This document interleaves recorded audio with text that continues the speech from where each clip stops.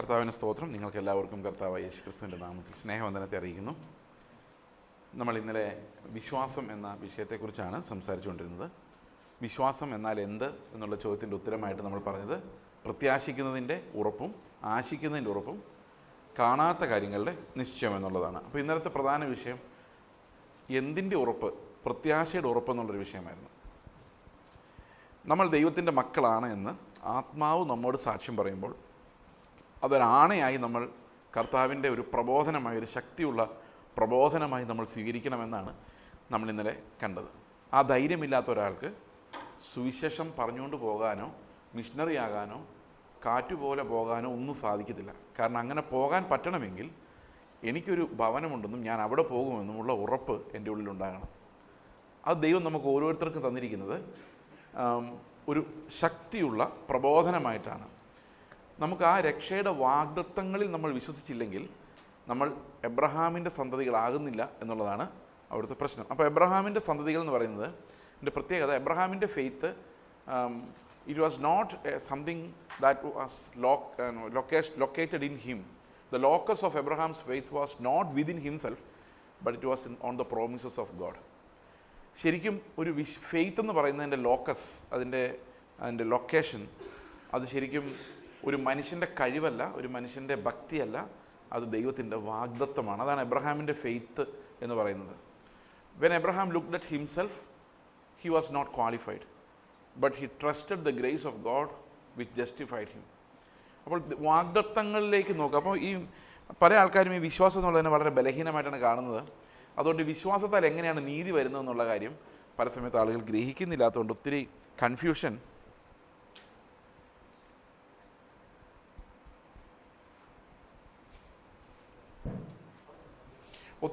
ഈ വിഷയങ്ങളെക്കുറിച്ച് ഉണ്ട്.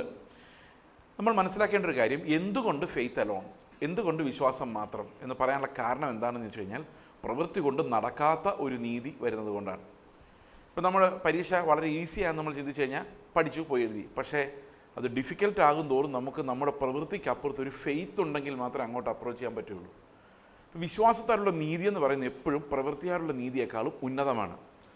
പ്രവൃത്തി കൊണ്ട് എത്താൻ പറ്റാത്തൊരു തലത്തിലേക്കാണ് വിശ്വാസം നമ്മളെ കൊണ്ടു ചെല്ലുന്നത്. എങ്ങനെയാണ് ഈ വിശ്വാസത്താലുള്ള നീതി ഈ പ്രവൃത്തിയാലുള്ള നീതിയേക്കാളും ഉന്നതമായിരിക്കുന്നത് എന്ന് നമുക്കൊന്ന് നോക്കാം. ഇതിന് രണ്ട് പ്രധാനപ്പെട്ട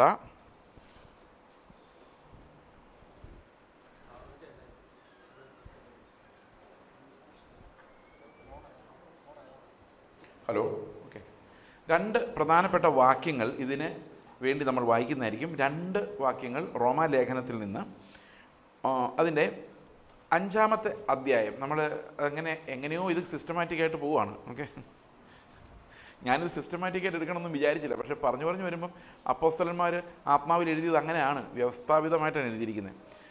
ഞാൻ ഈ അടുത്തിടെ ഒരു 2-3 വർഷം മുമ്പ് കണ്ടെത്തിയ ഒരു കാര്യമാണ്, ഈ അപ്പോസ്തലിക ലേഖനങ്ങൾ, അതായത് റോമാലേഖനം മുതൽ നമ്മൾ യൂദായുടെ ലേഖനം വരെ വായിക്കുമ്പോൾ അതിനകത്ത് വളരെ മനോഹരമായൊരു ഓർഡർ ഓഫ് അറേഞ്ച്മെൻ്റ് ഉണ്ട്. റോമാലേഖനവും ഗലാത്യ ലേഖനവും എഫേസ്യ ലേഖനവും നമ്മൾ നോക്കിക്കഴിഞ്ഞാൽ അത് നീതീകരണത്തെ സംബന്ധിക്കുന്നതാണ്. എഫേസ്യ ലേഖനം 3:15 വരെ, അതായത് റോമാലേഖനം മുതൽ എഫേസ്യ ലേഖനത്തിൻ്റെ 3:15 വരെയുള്ള വാക്യങ്ങൾ നീതീകരണത്തെ സംബന്ധിക്കുന്നതും എഫേസ്യ ലേഖനം 3:16 മുതൽ യൂദാ തീരുന്നത് വരെ വിശുദ്ധീകരണത്തെ സംബന്ധിക്കുന്നതുമാണ്. അത് കൃത്യം പാറ്റേണിലാണ് അത് വെച്ചിരിക്കുന്നത്. ഈ വിശുദ്ധീകരണം എന്ന് പറഞ്ഞാൽ എന്താണെന്ന് നമ്മൾ കർത്താവ് അനുവദിച്ചാൽ വെള്ളിയാഴ്ച ആകുമ്പോഴേക്കും അവിടെ എത്താമെന്നാണ് ഞാൻ വിചാരിക്കുന്നത്.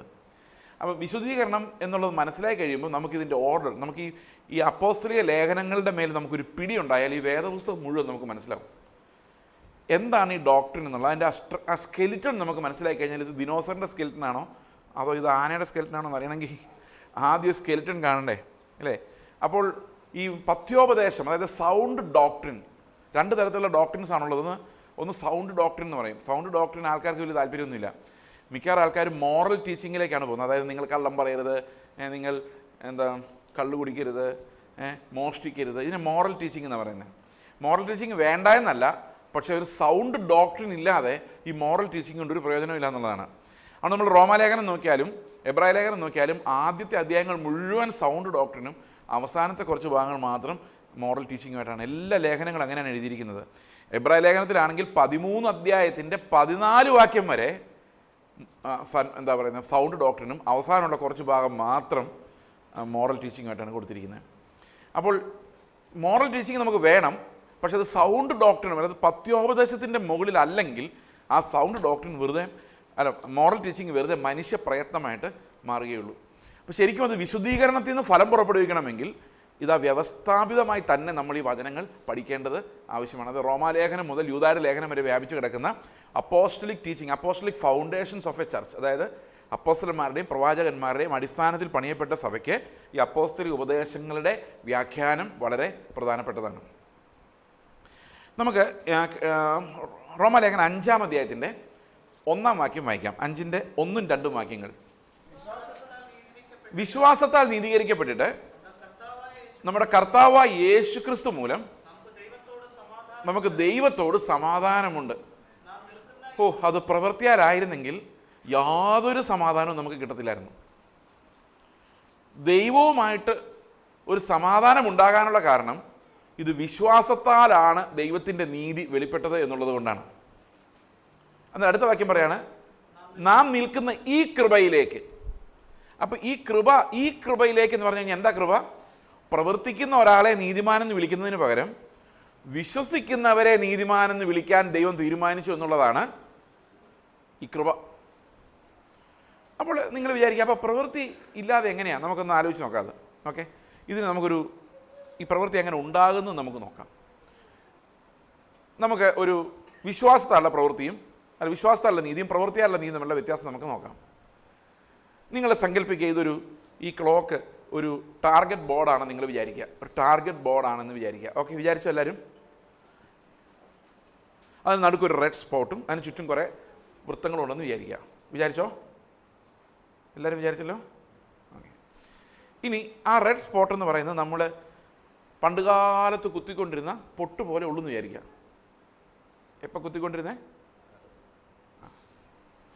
കുത്തിക്കൊണ്ടിരുന്ന പൊട്ട് പോലെ ഉള്ളൂ എന്ന് വിചാരിക്കുക. ഓക്കെ, വിചാരിച്ചോ? അത്രയും വിചാരിച്ചോ? ഇനി അവിടെ നിന്ന് നിങ്ങളോട് പറയണം, ദൈവത്തിൻ്റെ നീതി എന്ന് പറയുന്നത് ഭയങ്കര കട്ടിയാണ്. അപ്പോൾ demand is beyond our ability. അപ്പോൾ എല്ലാവരും പറഞ്ഞേക്കുന്നത് ആ ഭിത്തിയുടെ അവിടെ നിന്നുകൊണ്ട് ഈ ഒരു ആരം എടുത്ത് എറിയുമ്പം ആ കറക്റ്റ് പൊട്ടിൽ കൊള്ളണം. കൊണ്ടില്ലെങ്കിൽ ഹമാർത്തിയ എന്ന് വിളിച്ച് പറയും, പാപം, ലക്ഷ്യം തെറ്റിപ്പോവും. ഇത്ര ഭയങ്കര ഒരു നീതിയാണ് കർത്താവ് വെളിപ്പെടുത്തിയിരിക്കുന്നത്. അതായത് നമ്മുടെ പ്രവൃത്തികൾ കൊണ്ട് എന്ത് ചെയ്താലും ഹൃദയം അതിനോട് എഗ്രി ചെയ്യുന്നില്ലെങ്കിൽ ആ നീതി ഫെയിലായി. കാരണം ദൈവം എപ്പോഴും ഹൃദയത്തെ നോക്കുന്നത്.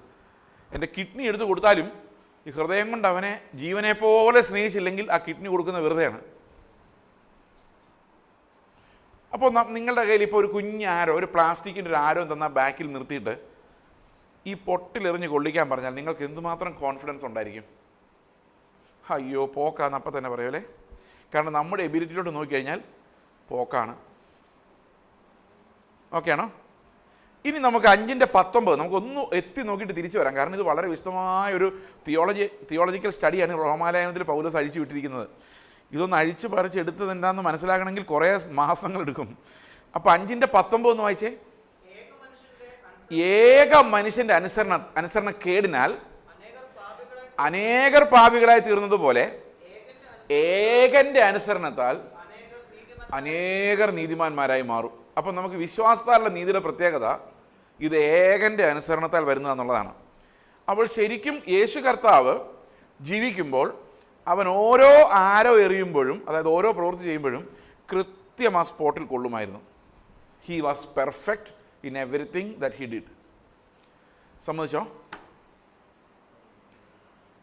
അപ്പോൾ യേശുവിന് ഇവിടെ കാണിച്ചിരിക്കുന്ന രണ്ടാമത്തെ ആദം, ഒടുക്കത്തെ ആദമായിട്ടാണ്. 2 ആദമാണ്. ഒന്ന് ആദ്യത്തെ ആദം, അനുസരണക്കേട് കാണിച്ച ആദം. ആ ആദമിൽ നമ്മളുണ്ടായിരുന്നു, അല്ലേ?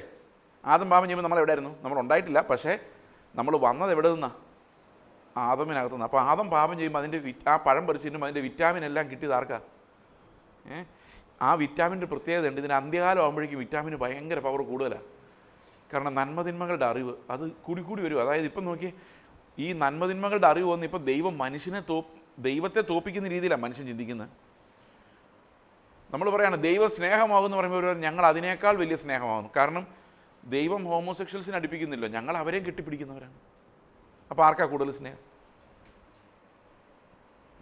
അപ്പം മനുഷ്യൻ അവൻ്റെ ഒരു നന്മതിന്മകളുടെ വിവേചനം വെച്ച് നീതി എന്താണെന്ന് കണ്ടുപിടിക്കുകയും ദൈവത്തിൻ്റെ നീതി ഒന്നും അല്ലാതാക്കുകയും ഞാൻ തന്നെ നീതിമാനെന്ന് പറയുകയും ചെയ്യുന്ന ഒരവസ്ഥയാണ് ഈ പഴം ഉണ്ടാക്കിയത്. അതിൻ്റെ ഏറ്റവും ക്ലൈമാക്സിലേക്ക് വരുമ്പോഴേക്കും, ഈ ലോകം ക്ലൈമാക്സിലേക്ക് വരുമ്പോഴേക്കും ദൈവത്തിൻ്റെ നീതി ആൾക്കാർ അവഗണിക്കുകയും നമ്മളൊക്കെ രാജ്യദ്രോഹികളും മനുഷ്യസ്നേഹമില്ലാത്തവരൊന്ന് ലോകം മുഴുവൻ വിധിക്കുകയും ചെയ്യും. അതോടൊപ്പം തന്നെ ദൈവം സൃഷ്ടിച്ച നമുക്ക് കുറേ നടക്കും, ടയർഡാവും, ഹാർട്ട് ചിലപ്പോൾ അടിച്ചു പോവും, കിഡ്നി ചിലപ്പം കംപ്ലൈൻ്റ് ആവും, ഏതായാലും 60-70 ഏറിയാൽ 80-90-100 ഒക്കെ ആകുമ്പോഴേക്കും നമ്മൾ പറന്നു പോവും. പക്ഷെ മനുഷ്യനുണ്ടാക്കുന്ന സാധനങ്ങൾ അങ്ങനെയല്ല. ഞാൻ പോയി കഴിഞ്ഞാലും എൻ്റെ അതേ ചേഷ്ടകൾ, വാക്കുകൾ കോപ്പി ചെയ്യാൻ പറ്റുന്ന ആർട്ടിഫിഷ്യൽ ഇൻ്റലിജൻസ് ഉള്ള ഹ്യൂമനോയിഡ് റോബോട്ടുകൾ ഉണ്ടാക്കി വിട്ട് കഴിഞ്ഞാൽ ഞാൻ പോയാൽ ഈ റോബോട്ട് വന്ന് റോമാലേഖനത്തെക്കുറിച്ച് ക്ലാസ് എടുത്തു. കാരണം ഇത് ഫീഡ് ചെയ്ത് കൊടുത്താൽ മതി. ഞാൻ പ്രസംഗിച്ച പ്രസംഗങ്ങൾ മുഴുവൻ ഇതിന് ഫീഡ് ചെയ്ത് കൊടുത്തു കഴിഞ്ഞാൽ അവർ ഞാൻ പ്രസംഗിച്ച അതേ ചേഷ്ടകളനുസരിച്ച് മരണമില്ല. അപ്പോൾ ദൈവത്തോട് മനുഷ്യൻ പറയണം, കണ്ടോ ഞങ്ങൾ സൃഷ്ടിച്ച ആളെ കണ്ടോ, മരണവുമില്ല, പ്രഷറും ഇല്ല, ഷുഗറും ഇല്ല, ഓരോ പ്രാവശ്യം ചിപ്പ് മാറ്റി വയ്ക്കുമ്പം കൂടുതൽ പവർഫുള്ളായി വരുന്ന ചേസ് എങ്ങനെയുണ്ട്? അപ്പോൾ ഈ നന്മതിന്മകളുടെ അറിവെന്ന് പറയുന്ന അവസാന കാലം വരുമ്പോഴേക്കും ദൈവത്തെ വെല്ലുവിളിക്കുകയും ദൈവത്തിൻ്റെ സൃഷ്ടിയെയും ദൈവത്തിൻ്റെ നീതിയെയും സന്മാർഗത്തെയും വെല്ലുവിളിക്കുകയും ചെയ്യുന്ന ഒരവസ്ഥയിലേക്കാണ് ഇത് വരുന്നത്. അപ്പോൾ ഇവിടെ പറയുന്നത് ആദമിൽ നമ്മൾ biologically we were in Adam, but by the election of God, but by our faith we are in Christ. മനസ്സിലായോ? അപ്പോൾ ആദം പാപം ചെയ്തപ്പോൾ ബയോളജിക്കലി ആദമിനുണ്ടായിരുന്ന എല്ലാവരും പാപികളായി മാറി. എന്നാൽ ക്രിസ്തു അനുസരിച്ചപ്പോൾ ക്രിസ്തുവിൽ തിരഞ്ഞെടുക്കപ്പെട്ടിരുന്നതിൽ ക്രിസ്തുവിൽ വിശ്വസിച്ചിരിക്കുന്നവരെല്ലാം നീതിമാന്മാരാക്കി മാറ്റാൻ ദൈവം തീരുമാനിച്ചു. ഇപ്പോഴിത് മനസ്സിലായില്ലെന്ന് എനിക്കറിയാം. നമുക്ക് ഈ പൊട്ടിലേക്ക് ഒന്നുകൂടെ നോക്കാം. ഓക്കെ, അപ്പം ഞാൻ പ്രവർത്തിക്കാൻ തുടങ്ങുകയാണ്. ഞാനിപ്പോൾ വിശ്വാസിയാണ്. എന്താ വിശ്വസിക്കുന്നറിയോ? ഈ വിശ്വാസം എന്ന് പറയുന്നത് ആശിക്കുന്നതിൻ്റെ ഉറപ്പും കാണാത്ത കാര്യങ്ങളുടെ നിശ്ചയമാണ്. അത് പ്രായോഗികമായിട്ട് നമ്മൾ ചിന്തിക്കുമ്പോൾ ഈ വിശ്വാസം നമുക്ക് വേണമെങ്കിൽ ഇങ്ങനെ പറയാം. ഗലാത്യ ലേഖനം 2:20 പറയുന്ന പോലെ, ഞാൻ അവൻ്റെ കൂടെ ക്രൂശിക്കപ്പെട്ടിരിക്കുന്നു, ഇനി ജീവിക്കുന്നത് ഞാനല്ല, ക്രിസ്തു അത്രേ. അപ്പോൾ കാഴ്ചയിൽ ജീവിക്കുമ്പോൾ ഞാനും വിശ്വാസത്താൽ ജീവിക്കുമ്പം ഞാനല്ല, ക്രിസ്തു അത്രേ എന്നാണ് പറയുന്നത്. അപ്പോൾ വിശ്വാസത്തിൽ നോക്കുമ്പോൾ ഞാൻ എന്തിയെ, ഞാനല്ല എന്ന് പറയണമെങ്കിൽ ഞാൻ എന്തിയെ, ഞാൻ അവൻ്റെ കൂടെ ആ ക്രൂശിൽ മരിച്ചു, ഇനി ജീവിക്കുന്നത് ഇതാണ് ഫെയ്ത്ത്. അപ്പോൾ ഫെയ്ത്ത് ലൈഫ് എന്ന് പറഞ്ഞാൽ എന്തോ? ഈ ഫെയ്ത്ത് ലൈഫ് എന്ന് പറഞ്ഞു കഴിഞ്ഞാൽ ആൾക്കാർ വിചാരിക്കുന്നത്, എൻ്റെ ബ്രദറെ ഞങ്ങൾ വിശ്വാസ ജീവിതമാണ് നയിക്കുന്നത്, ഞങ്ങൾ ആരോടും പൈസ ചോദിക്കാറില്ല, അല്ലേ, ഞങ്ങളുടെ ആവശ്യങ്ങൾ ആരോടും പറയാറില്ല, ഞങ്ങൾ രോഗം വന്നാൽ പോലും ആശുപത്രിയിൽ പോകാറില്ല, ചികിത്സിക്കാറില്ല, ഡിവൈൻ ഹീലിങ്ങിലാണ് വിശ്വസിക്കുന്നത്, അതുകൊണ്ട് അവിടെയും വിശ്വാസ ജീവിതമാണ് നയിക്കുന്നത്. ഈ വിശ്വാസത്തെ ഒരു ചൂണ്ടയായിട്ട് നിങ്ങൾ സങ്കല്പിച്ചാൽ, ഈ ചൂണ്ട ഇടുമ്പോൾ നിങ്ങൾക്ക് എന്തൊക്കെയാണ് കിട്ടുന്നത്? പൈസ, അല്ലേ? നിങ്ങൾ വിശ്വസിച്ച് എന്താ നേടിയത്? പൈസ, രോഗശാന്തി, അല്ലേ, നശിച്ചു പോകുന്ന സാധനങ്ങളാണ്. പക്ഷെ ശരിക്കുള്ള വിശ്വാസ ജീവിതത്തിനാണ് നമ്മൾ എന്താ നേടുന്നത്? പൗലോസ് പറയുകയാണ്, ഞാൻ ക്രിസ്തുവിനെ നേടേണ്ടതിനും, ന്യായപ്രമാണം എന്നുള്ള എൻ്റെ സ്വന്തം നീതിയല്ല, ക്രിസ്തുവിൽ വിശ്വസിക്കുന്നവർക്ക് ദൈവം നൽകുന്ന നീതി തന്നെ ലഭിച്ച് അവനിൽ ഇരിക്കേണ്ടതിനും. അപ്പം ഈ പൗലോസിൻ്റെ വിശ്വാസത്തിലൂടെ പൗലോസ് എന്താ നേടിയത്? പൈസയല്ല, പിന്നെ ഹീലിംഗ് അല്ല, പിന്നെ നേടിയത് ക്രിസ്തുവിനെ തന്നെയാണ്. അതെങ്ങനെ നേടുന്നത്? ഞാനല്ല, ക്രിസ്തു അത്രേ എന്നിൽ വസിക്കുന്നത് എന്ന് പറയുമ്പോഴാണ്. അപ്പോൾ അതെങ്ങനെ പറയാൻ പറ്റും എന്നുള്ളതിൻ്റെ തിയോളജി, അതിൻ്റെ വേദശാസ്ത്രം ഈ റോമാലേഖനം 6, 7, 8 അധ്യായങ്ങളിലുണ്ട്. നമ്മളത് അങ്ങോട്ട് കടന്നു വരും. ഇതൊരു എത്തിനോട്ടം മാത്രമാണ്. എന്താണ് ഫെയ്ത്ത് എന്നുള്ളതിലേക്ക് ഒരു എത്തിനോട്ടം. അപ്പം ഞാൻ അവിടെ നിന്നുകൊണ്ട് പറയാണ്, ഞാനല്ല, ക്രിസ്തു അത്രേ ജീവിക്കുന്നത്. അപ്പം ഞാൻ എന്തിയെ? ഞാൻ മരിച്ചു. അപ്പം ഞാൻ ഉന്നം വയ്ക്കുന്നത് എങ്ങോട്ടാ? ആ പാസ്റ്റർ കൊള്ളാം കേട്ടോ, അങ്ങനെ വേണം. അപ്പോൾ ആരെ ഉന്നം വെച്ചത്? പാസ്റ്ററെ. അയാൾ ഭയങ്കര നീതിമാനാണ്, അങ്ങനെ ജീവിച്ചാലേ സ്വർഗത്തിൽ പോകുള്ളൂ. അപ്പോൾ ആരെ ഉന്നം വെച്ചത്? മനുഷ്യനെ. ഇനി ക്രിസ്തുവിനെ ഒന്ന് ഉന്നം വെച്ചേ. ക്രിസ്തുവിനെ ഉന്നം വയ്ക്കുമ്പം എങ്ങനെയാണെന്നറിയോ? ഞാൻ എന്താണ്? ഒന്നുമില്ല, കർത്താവിനെ പോലെ ഒന്നും ആകാൻ എന്നെ കൊണ്ട് പറ്റിയിട്ടില്ല. അപ്പോൾ കർത്താവിന് ഉന്നം വയ്ക്കണമെങ്കിൽ നമുക്ക് അസാമാന്യമായ ഗട്ട്സ് വേണം, അല്ലേ? വേണോ? അപ്പം ഞാൻ പറയാണ്, ഞാൻ മരിച്ചു, ഇനി ജീവിക്കുന്നത് ഞാനല്ല, ക്രിസ്തു അത്രേ എന്ന് പറയുമ്പം, ഇപ്പോൾ ഒരാളെ തല്ലിന്ന് വിചാരിച്ചോ, ഒരാളെന്നെ തല്ലി, മരിച്ച ആളെ തല്ലിയാൽ എന്ത് സംഭവിക്കും? നീ എന്തിനാടാ എന്നെ തല്ലിയെന്ന് ചോദിച്ചോണ്ട് ചാടി വരുമോ? അവൻ ചത്തു. അപ്പം എന്നെ തല്ലിക്കഴിഞ്ഞാൽ ഞാനല്ല ക്രിസ്തു അത്ര ജീവിക്കുന്നത് എൻ്റെ ഉള്ളിൽ ഫെയ്ത്ത് ഉണ്ടായിക്കഴിഞ്ഞാൽ ഞാൻ എന്തായിരിക്കും ചെയ്യുന്നത്? എന്നെ അടിച്ചത് ഞാൻ കണക്ക് കൂട്ടില്ല, ആ ആളെ പോയി കെട്ടിപ്പിടിക്കും. കാരണം എന്താ?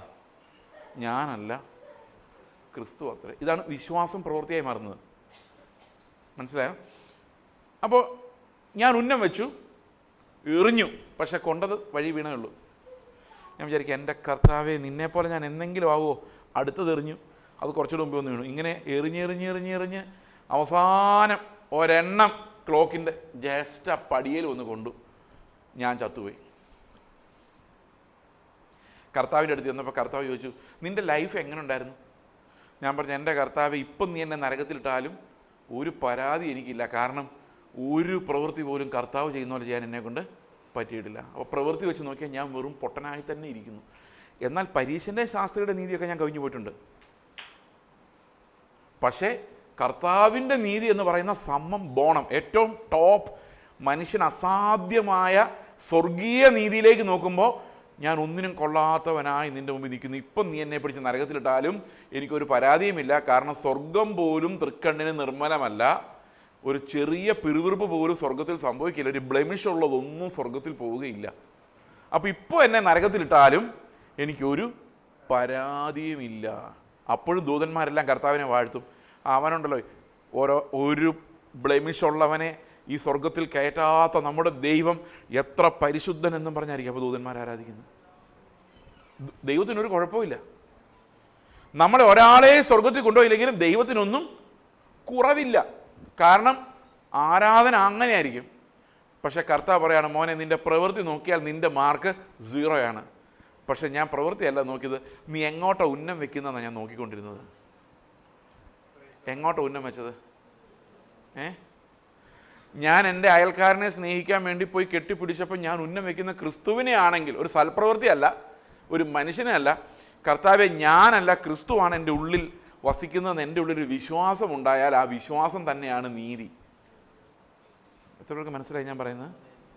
അപ്പോൾ വിശ്വാസത്താലുള്ള നീതി എന്ന് പറഞ്ഞു കഴിയുമ്പോൾ ഓരോ പ്രാവശ്യവും നമ്മൾ കർത്താവ്, ഞാനല്ല ക്രിസ്തു അത്രേ എന്ന് എൻ്റെ ഉള്ളിൽ ആ ഫെയ്ത്ത് എന്നെ പഠിപ്പിക്കുന്ന ഒരു കാര്യമുണ്ട്. അപ്പോൾ വിശ്വാസ ജീവിതം എന്ന് പറഞ്ഞാൽ it is the life of Christ lived in faith. മനസ്സിലായോ? അപ്പം ഞാനല്ല, അതുകൊണ്ടാണ് പൗലോസ് പറയുന്നത്, ഞാൻ അവനോട് ക്രൂശിക്കപ്പെട്ടിരിക്കുന്നതിന് ജീവിക്കുന്ന ഞാനല്ല, ക്രിസ്തു അത്രേ എന്നിൽ വസിക്കുന്നു, ജീവിക്കുന്നു. ഞാൻ ഇപ്പോൾ ഈ ശരീരത്തിൽ ജീവിക്കുന്നതോ എന്നെ സ്നേഹിച്ച് എനിക്ക് വേണ്ടി തൻ്റെ ജീവനെ വെച്ച് തന്ന ദൈവപുത്രങ്കലുള്ള വിശ്വാസത്താൽ അത്രേ ജീവിക്കുന്നത്. അപ്പം ഫെയ്ത്ത് ലൈഫ് എന്ന് പറഞ്ഞാൽ എന്താ? വിശ്വാസത്താൽ അത്രേ ജീവിക്കുന്നത്. എങ്ങനെ ജീവിക്കുന്നത്? ഞാനല്ല ക്രിസ്തു അത്രേ, ഞാൻ അവൻ്റെ കൂടെ ക്രൂശിക്കപ്പെട്ടിരിക്കുന്നു. ഈ ഫെയ്ത്ത് എൻ്റെ ഉള്ളിലേക്ക് വരുമ്പോൾ എന്താ സംഭവിക്കുന്നത് നമുക്ക് നോക്കാം. റോമാലേഖനം 6-ാം അധ്യായത്തിൻ്റെ 6-ാം വാക്യം. നാം ഇനി പാപത്തിന് അടിമപ്പെടാതെ വണ്ണം പാപശരീരത്തിന് നീക്കം വരേണ്ടതിന് നമ്മുടെ പഴയ മനുഷ്യൻ അവനോടുകൂടെ ക്രൂശിക്കപ്പെട്ടു എന്ന് നാം അറിയുന്നു. അപ്പോൾ ഓൾറെഡി പാസ്റ്റ് സംഭവമായിട്ടാണല്ലോ പറയുന്നത്. അവനോടുകൂടെ നാം ക്രൂശിക്കപ്പെട്ടു. അത് നമ്മൾ ജനിച്ചിട്ട് പോലും ഇല്ല. ഈ ജനിച്ചിട്ട് പോലും ഇല്ലാത്ത നമ്മൾ എങ്ങനെയാണ് ക്രിസ്തുവിനോടുകൂടെ കാൽവരി ക്രൂശിൽ മരിച്ചത്? 2 കൊരിന്ത്യർ ലേഖനം 5:14 വായിച്ചു നോക്കിയാൽ, 2 കൊരിന്ത്യർ 5:14, ക്രിസ്തുവിൻ്റെ സ്നേഹം ഞങ്ങളെ നിർബന്ധിക്കുന്നു, എല്ലാവർക്കും വേണ്ടി ഒരുവൻ മരിച്ചിരിക്കെ എല്ലാവരും മരിച്ചു എന്ന് ക്രിസ്തുവിൻ്റെ സ്നേഹം ഞങ്ങളെ നിർബന്ധിക്കുന്നു. അപ്പോൾ എല്ലാവർക്കും വേണ്ടി ഒരുവൻ മരിച്ചിരിക്കെ എല്ലാവരും മരിച്ചു എന്ന് പറയണമെങ്കിൽ അതെങ്ങനെയാണ് സംഭവിക്കുന്നത്? ഓക്കെ, നമുക്കത് നോക്കാം. വിശ്വാസം എന്നതോ, ബാക്കി പറ, ആശിക്കുന്നതിൻ്റെ ഉറപ്പും കാണാത്ത കാര്യങ്ങളുടെ. അപ്പം നമുക്ക് ഈ കാണാത്ത കാര്യങ്ങൾ എന്താണെന്ന് നോക്കാം. ഓക്കെ, അപ്പം നമുക്കിതിന് ഉത്തരം മനസ്സിലാവും. കാണാത്ത കാര്യങ്ങൾ എന്ന് പറഞ്ഞാൽ നമ്മൾ സാധാരണ പറയുന്നത്, നമുക്ക് ഒരു സ്ഥിരം എല്ലാ മീറ്റിംഗ് നടത്താൻ ഒരു ഹാൾ ഇവിടെ കിട്ടുവാണെങ്കിൽ എങ്ങനെ ഉണ്ടായിരിക്കും? നമുക്ക് മാത്രം എൻ്റെ കീ, നമുക്കിഷ്ടമുള്ളപ്പോഴെല്ലാം വന്ന് മീറ്റിംഗ് നടത്താം. പ്രാർത്ഥനയാണെങ്കിൽ എല്ലാ ദിവസവും അതേ ഹാളിൽ തന്നെ നടത്താം. എത്ര പേർക്ക് സന്തോഷം ഉണ്ടാവും? അപ്പോൾ നമ്മൾ വിചാരിക്കുകയാണ് നമുക്ക് വിശ്വാസത്തോടെ ഒരു ഹോളിനായിട്ട് പ്രാർത്ഥിക്കാം. അപ്പോൾ ഒരു പ്രശ്നമുണ്ട്. ആശിക്കുന്നതിൻ്റെ ഉറപ്പും കാണാത്ത കാര്യത്തിൻ്റെ നിശ്ചയം അല്ലത്, ഇല്ലാത്ത കാര്യത്തിൻ്റെ നിശ്ചയമാണ്. ഹോളില്ല. ഇപ്പോൾ ഇല്ലാത്ത കാറ് വരും, ഇല്ലാത്ത ജോലി വരും, ഇല്ലാത്ത വീട് വെക്കും. അപ്പോൾ ഇതെല്ലാം കാണാത്ത കാര്യമാണോ ഇല്ലാത്ത കാര്യമാണോ? അപ്പോൾ വിശ്വാസം എന്നതോ മോഹിക്കുന്നതിൻ്റെ ഉറപ്പും ഇല്ലാത്ത കാര്യങ്ങളുടെ ഒന്ന് ആലോചിച്ച് നോക്കി. ഇനി കാണാത്ത കാര്യം എന്താണെന്ന് നോക്കാം. നമ്മുടെ നടുവിൽ കർത്താവുണ്ട്. അതില്ലാത്ത കാര്യമാണോ കാണാത്ത കാര്യമാണോ? അപ്പോൾ വലിയ വ്യത്യാസം ഉണ്ടല്ലോ ഇത് തമ്മിൽ. വിശ്വാസം എന്ന് പറയുന്നത് ഇല്ലാത്ത കാര്യമാണോ കാണാത്ത കാര്യമാണോ? അപ്പോൾ നമ്മുടെ ഇടയിൽ കർത്താവുണ്ട്, നമ്മൾ കാണുന്നില്ല, പക്ഷെ ഇല്ലാത്ത കാര്യമല്ല. പിന്നെ അതെന്താണ്? അപ്പോൾ വിശ്വാസം എന്ന് പറയുന്നത് ഇല്ലാത്ത കാര്യങ്ങളെക്കുറിച്ചുള്ളതല്ല. ഇല്ലാത്ത കാര്യങ്ങളെക്കുറിച്ചുള്ള വിശ്വാസത്തിന് കുഴപ്പമൊന്നുമില്ല. സ്വർഗത്തിൽ പോകുന്ന വിശ്വാസം അല്ലത്. അത് കാറ് കിട്ടുന്ന വിശ്വാസം, വീട് കിട്ടുന്ന വിശ്വാസം, വിശ്വസിച്ച് മേടിച്ചോ. പക്ഷെ അതിന് ഈ നമ്മുടെ രക്ഷയുമായി ബന്ധമില്ല. നിങ്ങൾ കാറോ ജീപ്പോ ഹെലികോപ്റ്ററോ എയറോപ്ലെയിനോ എന്ത് വേണമെങ്കിലും ഓടിച്ചോ. നമ്മുടെ എറണാകുളത്തെ ഒരു ചർച്ചിലെ പാസ്റ്റർ പ്രാർത്ഥിച്ചുകൊണ്ടിരിക്കുന്നത് ഇങ്ങനെയായിരുന്നു. അവരുടെ ടെറസിന് മുകളിൽ ഹെലികോപ്റ്റർ ഇറങ്ങണമെന്നായിരുന്നു. പുള്ളി ഹെലികോപ്റ്ററോ റോക്കറ്റോ എന്തുകൊണ്ട് ഇറക്കണം, നമുക്ക് അതൊന്നും പ്രശ്നമില്ല. ഫെയ്ത്ത് എന്ന് പറയുന്നത് ഇങ്ങനെ ഇല്ലാത്ത കാര്യങ്ങൾ ഉണ്ടാക്കിയെടുക്കുന്ന കാര്യമല്ല, പിന്നെയോ കാണാത്തത് കാണിക്കുന്ന കാര്യമാണ്. രക്ഷാകരമായ വിശ്വാസം അങ്ങനെയാണ്. ഒരു എക്സാമ്പിൾ ഞാൻ നിങ്ങളോട് ചോദിക്കാം. ഈ ഭൂമി നിങ്ങൾ വിശ്വസിച്ച് കറക്കിയതാണോ അതോ ഭൂമി കറങ്ങുന്നതുകൊണ്ട് നിങ്ങൾ വിശ്വസിക്കുന്നതാണോ? അപ്പോൾ വിശ്വാസം എന്തിനുള്ളതാ? നിങ്ങൾ വിശ്വസിച്ചതുകൊണ്ട് ദൈവം അവിടെ ഉണ്ടായതാണോ അതോ ദൈവം ഉള്ളതുകൊണ്ട് നിങ്ങൾ വിശ്വസിക്കുന്നതാണോ? അപ്പോൾ വിശ്വാസം കൊണ്ടൊന്നും സാധിക്കുന്നില്ല, കാണാത്തത് കാണുന്നേ ഉള്ളൂ അല്ലേ? അല്ല, ഞാൻ പറഞ്ഞാൽ മനസ്സിലായി, ശരിയാണോ? ആണോ? ഓക്കെ. ഇനി നമുക്ക് ഈ കാണാത്ത കാര്യം എന്ന് പറഞ്ഞാൽ എന്താണെന്ന് നമുക്ക് നോക്കാം. 2 കൊരിന്ത്യ ലേഖനം 4:18 വായിച്ചു നോക്കി. 2 കൊരിന്ത്യ ലേഖനം 4:18. കാണുന്നതിനെ അല്ല, കാണാത്തതിനെ അത്രേ ഞങ്ങൾ നോക്കിക്കൊണ്ടിരിക്കുന്നു. കാണുന്നത് താൽക്കാലികം, കാണാത്തതോ നിത്യം. അപ്പൊ കാണാത്ത കാര്യങ്ങൾ എന്ന് പറഞ്ഞാൽ എന്ത് കാര്യങ്ങളാ? നിത്യമായ കാര്യങ്ങൾ. അപ്പം വിശ്വാസത്തിന്റെ ശരിക്കുള്ള നിർവചനം എന്താ? വിശ്വാസം എന്നതോ പ്രത്യാശിക്കുന്നതിൻ്റെ ഉറപ്പും നിത്യമായ കാര്യങ്ങളുടെ നിശ്ചയവും. ഇപ്പോഴാണ് ശരിക്കും ട്രാക്കിൽ വന്നത്. ഈ പിശാച് ലോകത്തുള്ള സകലരുടെയും വിശ്വാസം മറിച്ച് കളഞ്ഞത് വിശ്വാസം എടുത്തു മാറ്റിക്കൊണ്ടല്ല, ആ വിശ്വാസത്തെ വഴിതെറ്റിച്ചുകൊണ്ടാണ്.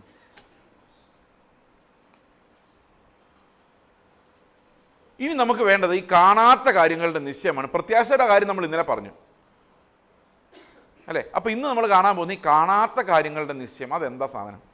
എന്താണ് നിത്യമായ കാര്യങ്ങൾ? നമുക്കറിയാം, വേദപുസ്തകം നോക്കുമ്പോൾ വേദപുസ്തകത്തിൽ ആദ്യത്തെ വാക്യം എന്ന് പറയുന്നത് ആദിയിൽ ദൈവം ആകാശവും ഭൂമിയും സൃഷ്ടിച്ചു. ഞാൻ നിങ്ങളുടെ ഒരു ചോദ്യം ചോദിക്കട്ടെ, ആദിക്ക് മുമ്പ് എന്തായിരുന്നു? ആദിക്ക് മുമ്പ് എന്തായിരുന്നു? മലയാളത്തിൽ പറഞ്ഞേ. അനാദി. അപ്പോൾ അനാദിയിൽ ദൈവം എന്ത് ചെയ്തു? ആദ്യം എന്ത് ചെയ്തു? ടൈമിനെ ഉണ്ടാക്കി. അപ്പോൾ ആദി, ടൈം തുടങ്ങി, ബിഗിനിങ്, ഇൻ ദ ബിഗിനിങ് എന്ന് പറയും. സമയമില്ലാത്തടത്ത് ദൈവം എന്ത് ചെയ്തു? നിത്യതയിൽ ദൈവം എന്ത് ചെയ്തു? ടൈം സ്റ്റാർട്ട് ചെയ്തു, ക്ലോക്ക് മൂവ് ചെയ്യാൻ തുടങ്ങി. അതിനെയാണ് നമ്മൾ എന്ത് പറയുന്നത്? ആദി.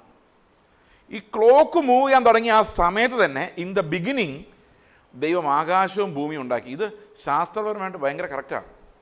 കാരണം ടൈം, സ്പേസ് ആൻഡ് മാറ്റർ, സമയം, ആകാശം, ഭൂമി ഒരേ സമയത്ത് വന്നു, ഒരേ സമയത്ത് പോകും.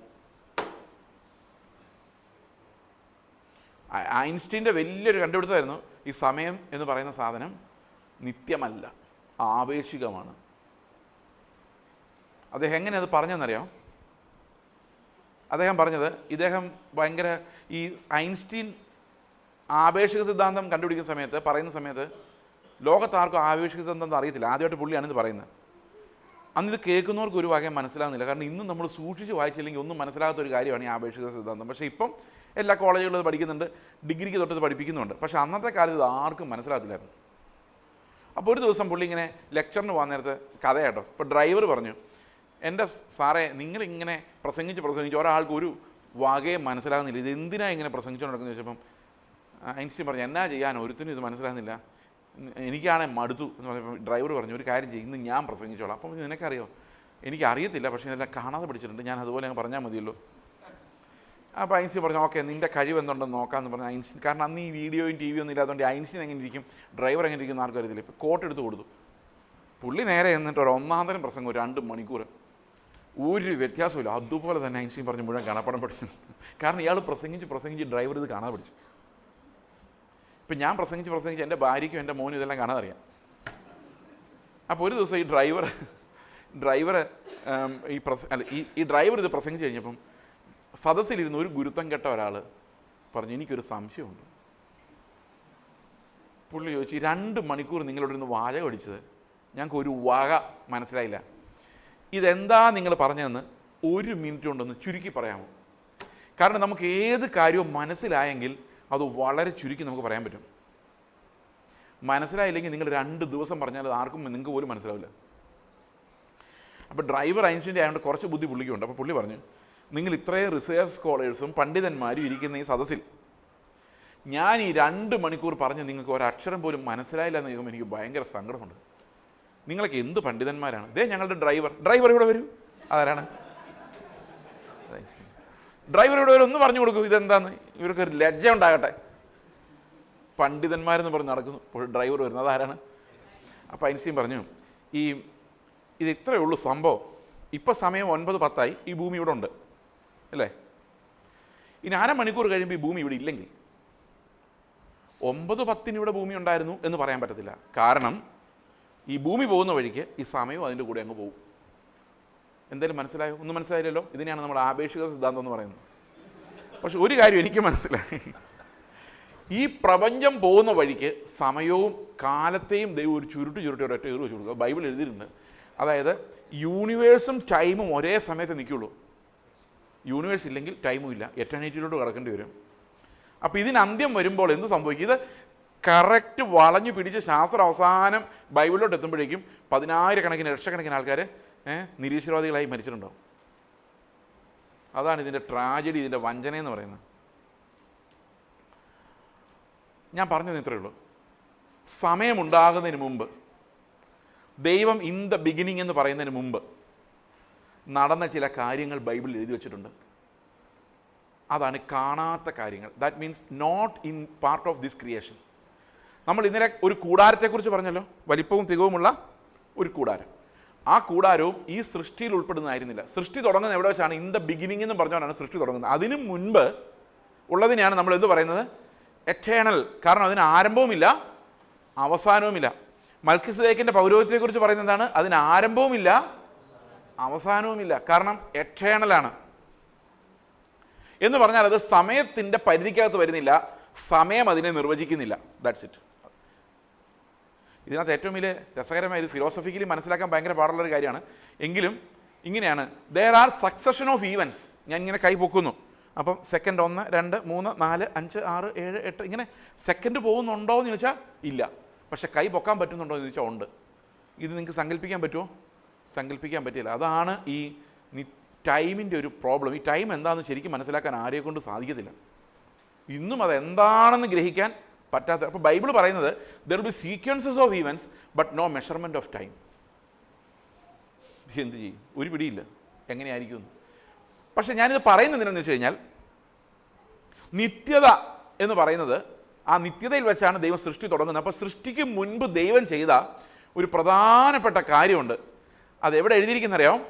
2 ബൈബിൾ വാക്യങ്ങൾ ഞാൻ നിങ്ങൾക്ക് തരാം. ഒന്ന് 2 തിമോത്തിയോസ് 1:9, 2 തിമോത്തിയോസ് 1:9. ഓക്കെ, എഫേസ്യർ 1:4. രണ്ടൊന്ന് വായിക്കാമോ?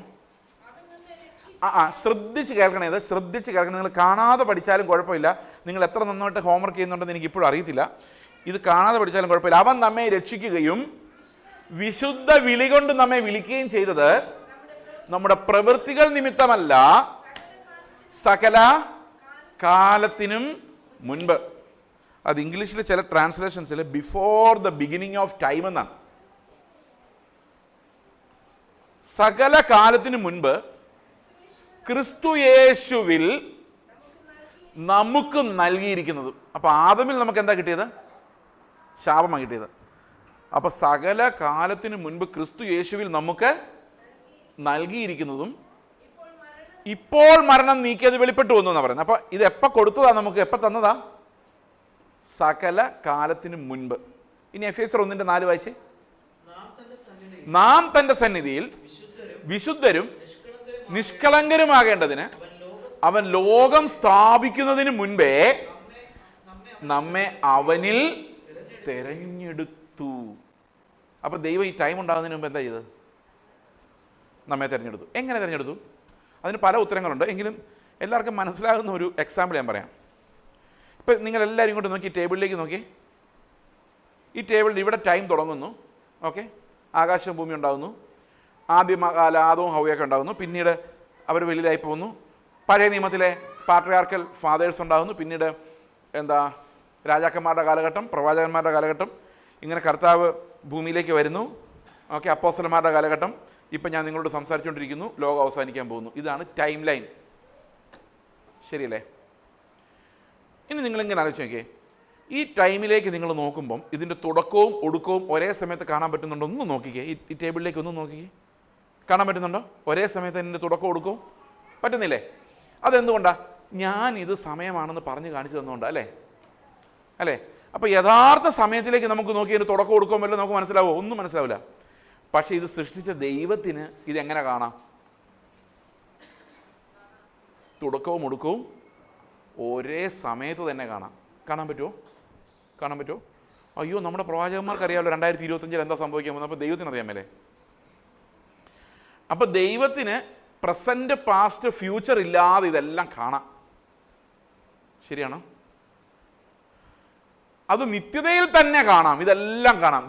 ദൈവത്തിൻ്റെ കണ്ണിനൊന്നും മറഞ്ഞിരിക്കാൻ പറ്റത്തില്ല. അവൻ ഏതെങ്കിലും ഒരു കാര്യം നാളെ സംഭവിക്കാൻ പോകുന്ന ദൈവത്തിന് അറിയത്തില്ല എന്ന് ചിന്തിച്ചു നോക്കി, എന്തൊരു അപകടകരമായ അവസ്ഥയായിരിക്കും അത്.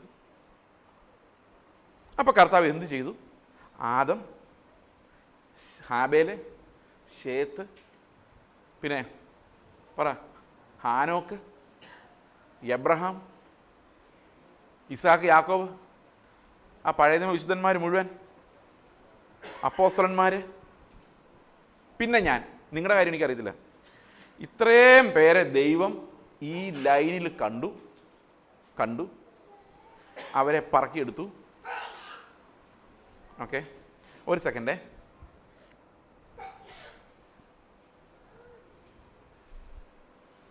ഇതൊന്നും നിങ്ങൾക്കൊന്നും തരാനല്ല.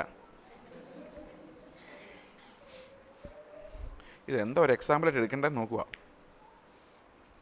ഓക്കെ, ഒരു കാർഡ് എടുത്തേക്കാം.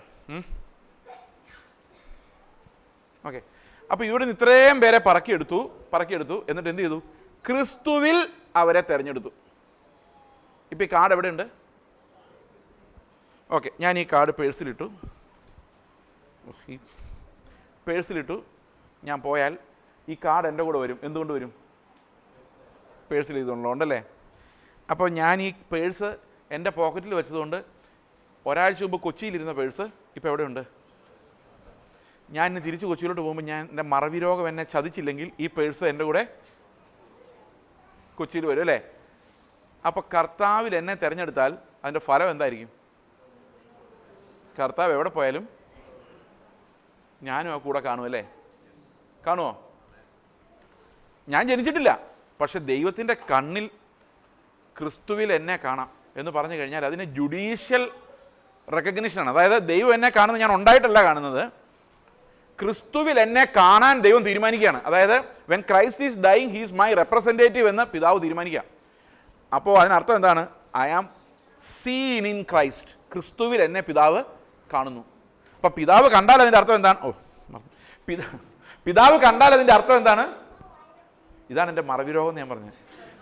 പിതാവ് എന്നെ കണ്ടാൽ അതിൻ്റെ അർത്ഥം എന്താണ്? അത് കണ്ടത് തന്നെയാണെന്ന് എൻ്റെ അർത്ഥം അല്ലേ? ആണോ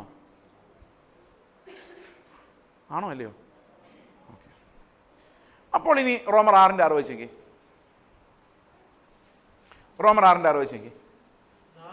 നാം ഇനി പാപത്തിന് അടിമപ്പെടാതിരിക്കാൻ തക്കവണ്ണം പാപശരീരത്തിന് നീക്കം വരേണ്ടതിന് നമ്മുടെ പഴയ മനുഷ്യൻ അവനോട് കൂടെ ക്രൂശിക്കപ്പെട്ടു എന്ന് നാം അറിയുന്നു. അപ്പോൾ കർത്താവ് കാൽവരി ക്രൂശിൽ മരിക്കുമ്പോൾ ഇടതുവശത്തൊരു കള്ളൻ, വലതുവശത്തൊരു കള്ളൻ. ഇതിലേത് കള്ളനാണ് മാനസാന്തരപ്പെട്ടത്? ആർക്കറിയാം? അതൊന്നും ബൈബിളിൽ പറഞ്ഞിട്ടില്ല. യാക്കോബക്കാർക്കറിയാം വലതുവശത്തെ കള്ളനാന്ന്, ബൈബിളിലില്ല. യാക്കോബക്കാർ അതെങ്ങനെയാണ് കണ്ടുപിടിച്ചു? ഈ രണ്ട് കള്ളന്മാരും നടുക്ക് ക്രിസ്തുവും മരിക്കുന്നത് എല്ലാവരും കണ്ടു. പക്ഷെ ആരും കാണാതിരുന്നൊരു കാര്യം എന്ന് വെച്ച് കഴിഞ്ഞാൽ, ഈ നടുക്കത്തെ ക്രൂശിൽ എന്നെപ്പോലെയുള്ള ലക്ഷക്കണക്കിന് കള്ളന്മാരാണ് മരിച്ചത്. കാണാത്ത കാര്യം. നിങ്ങൾക്ക് എത്ര പേർക്ക് വിശ്വാസമുണ്ട് മരിച്ചു എന്ന്? ഈ ഫെയ്ത്ത് എൻ്റെ ഉള്ളിലേക്ക് വന്നു കഴിഞ്ഞാൽ ഞാൻ പാപത്തെ തോൽപ്പിച്ചു എന്നതിൻ്റെ അർത്ഥം. ഞാൻ മരിച്ചാൽ പിന്നെ പാപം എങ്ങനെ എന്നെ വാഴും? അതിന് താഴോട്ട് പറഞ്ഞിരിക്കുന്നത്, അങ്ങനെ മരിച്ചവൻ പാപത്തിൽ നിന്ന് അല്ല. നിങ്ങൾ എത്ര ഉപവസിച്ചാലും കരഞ്ഞാലും നിലവിളിച്ചാലും പാപത്തിൽ നിന്ന് രക്ഷപ്പെടാൻ പറ്റത്തില്ല. പാപത്തിൽ നിന്ന് രക്ഷപ്പെടണേ മരിക്കാതെ രക്ഷപ്പെടുകയില്ല. ഈ പഴയ മനുഷ്യൻ മരിച്ചേ പറ്റുള്ളൂ. ഇവിടെ എന്താ എഴുതിയിരിക്കുന്നത്? കർത്താവ് ക്രൂശിൽ മരിച്ചപ്പോൾ ഞാനും അവൻ്റെ കൂടെ മരിച്ചു എന്ന് ഞാൻ വിശ്വസിക്കുന്നു. ഞാൻ നോക്കുമ്പോൾ, കണ്ണാടി നോക്കുമ്പോൾ ഞാൻ ഇവിടെ തന്നെ ഉണ്ട്. എൻ്റെ പഴയ സ്വഭാവങ്ങൾ മിക്കതുമൊക്കെ ഇവിടെ തന്നെ ഇപ്പോഴും ഉണ്ട്. പക്ഷെ വിശ്വാസത്താൽ നോക്കുമ്പോൾ എന്ത് സംഭവിച്ചു? ഞാൻ മരിച്ചു. ഈ കർത്താവ് കാൽവരി ക്രൂശിൽ മരിക്കുമ്പം മരിച്ചു എന്ന് എങ്ങനെയാണ് പട്ടാളക്കാർക്ക് മനസ്സിലായത്? എങ്ങനെ മനസ്സിലായി? അവർ കുന്തം കൊണ്ട് കുത്തി നോക്കി, അപ്പം രക്തവും വെള്ളവും വന്നല്ലേ. നമ്മൾ കർത്താവിൻ്റെ കൂടെ മരിച്ചില്ലേ? നമ്മൾ മരിച്ചോ എന്ന് എങ്ങനെ ആൾക്കാർക്ക് മനസ്സിലാവും? കുത്തി നോക്കുമ്പോൾ മനസ്സിലാവും അല്ലേ. നമ്മളെ ആരെങ്കിലും ഒന്ന് കുത്തുവാണെങ്കിൽ, ആർടാ എന്നെ കുത്തുന്നെന്ന് ചോദിച്ചാൽ ഞാൻ മരിച്ചിട്ടില്ലെന്നർത്ഥം.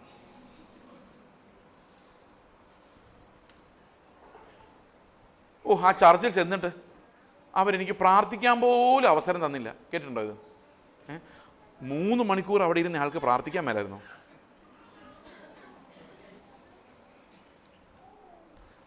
പ്രാർത്ഥിക്കാൻ പറ്റത്തില്ലായിരുന്നോ? ഒരാൾ പ്രാർത്ഥിക്കാൻ പറഞ്ഞാൽ മാത്രമേ നമുക്ക് പ്രാർത്ഥിക്കാൻ പറ്റുള്ളൂ. ചത്തുപോയാലാണ് എന്തേലും പരാതി പറയോ? എന്നെ അവർ ബഹുമാനിച്ചില്ല. ചത്തുപോയാൻ എന്നാ ബഹുമാനിക്കാൻ?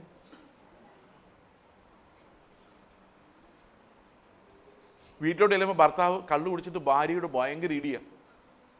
നേരത്തെയൊക്കെ ഭാര്യ തിരിച്ച് നല്ല പൊട്ടിട്ട് കൊടുക്കുമായിരുന്നു. ഇപ്പം ഭാര്യ അനങ്ങുന്നില്ല. എന്താ കാര്യം? മരിച്ചുപോയി. ഈ മരണം നമുക്ക് വിശ്വാസത്താൽ അനുഭവിക്കാതെ, അതാ പൗലോസ് പറയുന്നത്, ഞാൻ ന്യായപ്രമാണ പ്രകാരമുള്ള എൻ്റെ നീതിയല്ല, ക്രിസ്തുവിൽ വിശ്വസിക്കുന്നവർക്ക് ദൈവം നൽകുന്ന നീതിനെ ലഭിച്ച അവനിലിരിക്കേണ്ടതിനും അവൻ്റെ കഷ്ടാനുഭവങ്ങളുടെയും മരണത്തിൻ്റെയും പുനരുത്ഥാനത്തിൻ്റെയും പങ്കാളിത്തം അനുഭവിക്കേണ്ടതെന്ന് എന്ന് പറഞ്ഞു കഴിഞ്ഞാൽ, ഈ മരണത്തിൽ പങ്കാളിയാകാതെ, യേശുവിൻ്റെ മരണത്തിൽ പങ്കാളിയാകാതെ നമുക്ക് പാപങ്ങളിൽ നിന്ന് രക്ഷപ്പെടാൻ പറ്റത്തില്ല. സന്തോഷമായോ? പക്ഷെ ഇതിൻ്റെ ഏറ്റവും വലിയ അഡ്വാൻറ്റേജ് എന്ന് വെച്ച് കഴിഞ്ഞാൽ, ഈ മരണത്തിൻ്റെ വേദന നമുക്ക് ഇല്ല എന്നുള്ളതാണ്. കാരണം ആ വേദന ഓൾറെഡി കർത്താവ് അലറി കരഞ്ഞ് കാൽവരി ക്രൂശിൽ, അതെൻ്റെ വേദനയാണ് കർത്താവ് അന്ന് അവിടെ അനുഭവിച്ചത്. So when I die, when I identify with Christ's death, it is a matter of joy for me. ഞാൻ അത് ആരാധിക്കുമ്പോൾ പറയുന്നല്ല, അത് കഴിഞ്ഞ ആഴ്ച വണ്ടി തട്ടാതിരുന്നതല്ല എൻ്റെ പ്രശ്നം. എനിക്ക് ആരാധിക്കുമ്പം ഞാൻ മനസ്സിലാക്കുന്ന, ഞാൻ കരയേണ്ട കരച്ചിൽ, ഞാൻ ഒഴുക്കേണ്ട രക്തം, ഞാൻ മരിക്കേണ്ട ശാപമരണം, ഇതെല്ലാം എനിക്ക് പകരം എടുക്കാൻ ദൈവം തന്നെ ഈ ഭൂമിയിലേക്ക് ഇറങ്ങി വന്നെന്നുള്ളതാണ് എന്നെ സംബന്ധിച്ചത് ബിഗസ്റ്റ് തിങ്. പ്രിയ സഹോദരങ്ങളുടെ, നിങ്ങളുടെ സഭയിൽ വർഷിപ്പ് ചെയ്യുമ്പോൾ ഈ കുഞ്ഞാടിൻ്റെ യാഗം അതിൻ്റെ ഫ്രണ്ടിലേക്ക് വന്നു കഴിഞ്ഞാൽ ആരും നിങ്ങൾ ഉപദേശിക്കേണ്ടി വരില്ല. കാരണം ആ ഫെയ്ത്ത് തന്നെ നിങ്ങളെ ക്രിസ്തുവിൻ്റെ ജീവനിലേക്ക് നയിക്കും. പക്ഷെ അവിടെ പിടിച്ചു നിൽക്കാൻ ഇന്ന് സഭകൾക്ക് പറ്റുന്നില്ല. കാരണം എക്സിസ്റ്റൻഷ്യൽ റിയാലിറ്റീസ്, ഉപജീവനം. നിങ്ങൾക്കറിയാമോ, കർത്താവ് പറഞ്ഞൊരു കാര്യമുണ്ട്, മനുഷ്യപുത്രൻ വരുമ്പോൾ അവൻ വിശ്വാസം കണ്ടെത്തുമോ എന്ന് ചോദിക്കാൻ കാരണം ഉപജീവന ചിന്തകളിൽ കുരുങ്ങിയിട്ടുന്ന ഇന്ന് ഈ പ്രവാചകന്മാരെ മുഴുവൻ ഈ ദേശത്ത് ഊടാടി സഞ്ചരിപ്പിക്കുന്നതെന്നറിയോ? ഉപജീവന, നിങ്ങളുടെ ഉപജീവന ചിന്തയാണ്.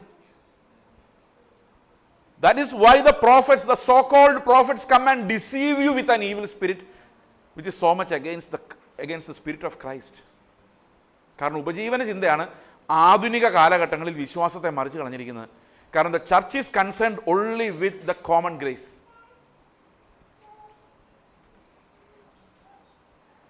അപ്പോൾ അവൻ ക്രൂശിൽ നിലവിളിക്കുമ്പോൾ, that was my cry, my pain that he was bearing. അതുകൊണ്ട് ഇന്ന് യേശുക്രിസ്തുവിൻ്റെ മരണത്തോട് ഞാൻ ഏകീഭവിക്കും. എനിക്ക് കരയേണ്ട കാര്യമില്ല, എനിക്ക് ഭയങ്കര ആനന്ദമാണ്. കാരണം I am a partaker in the death of Christ എന്നുള്ളതാണ്.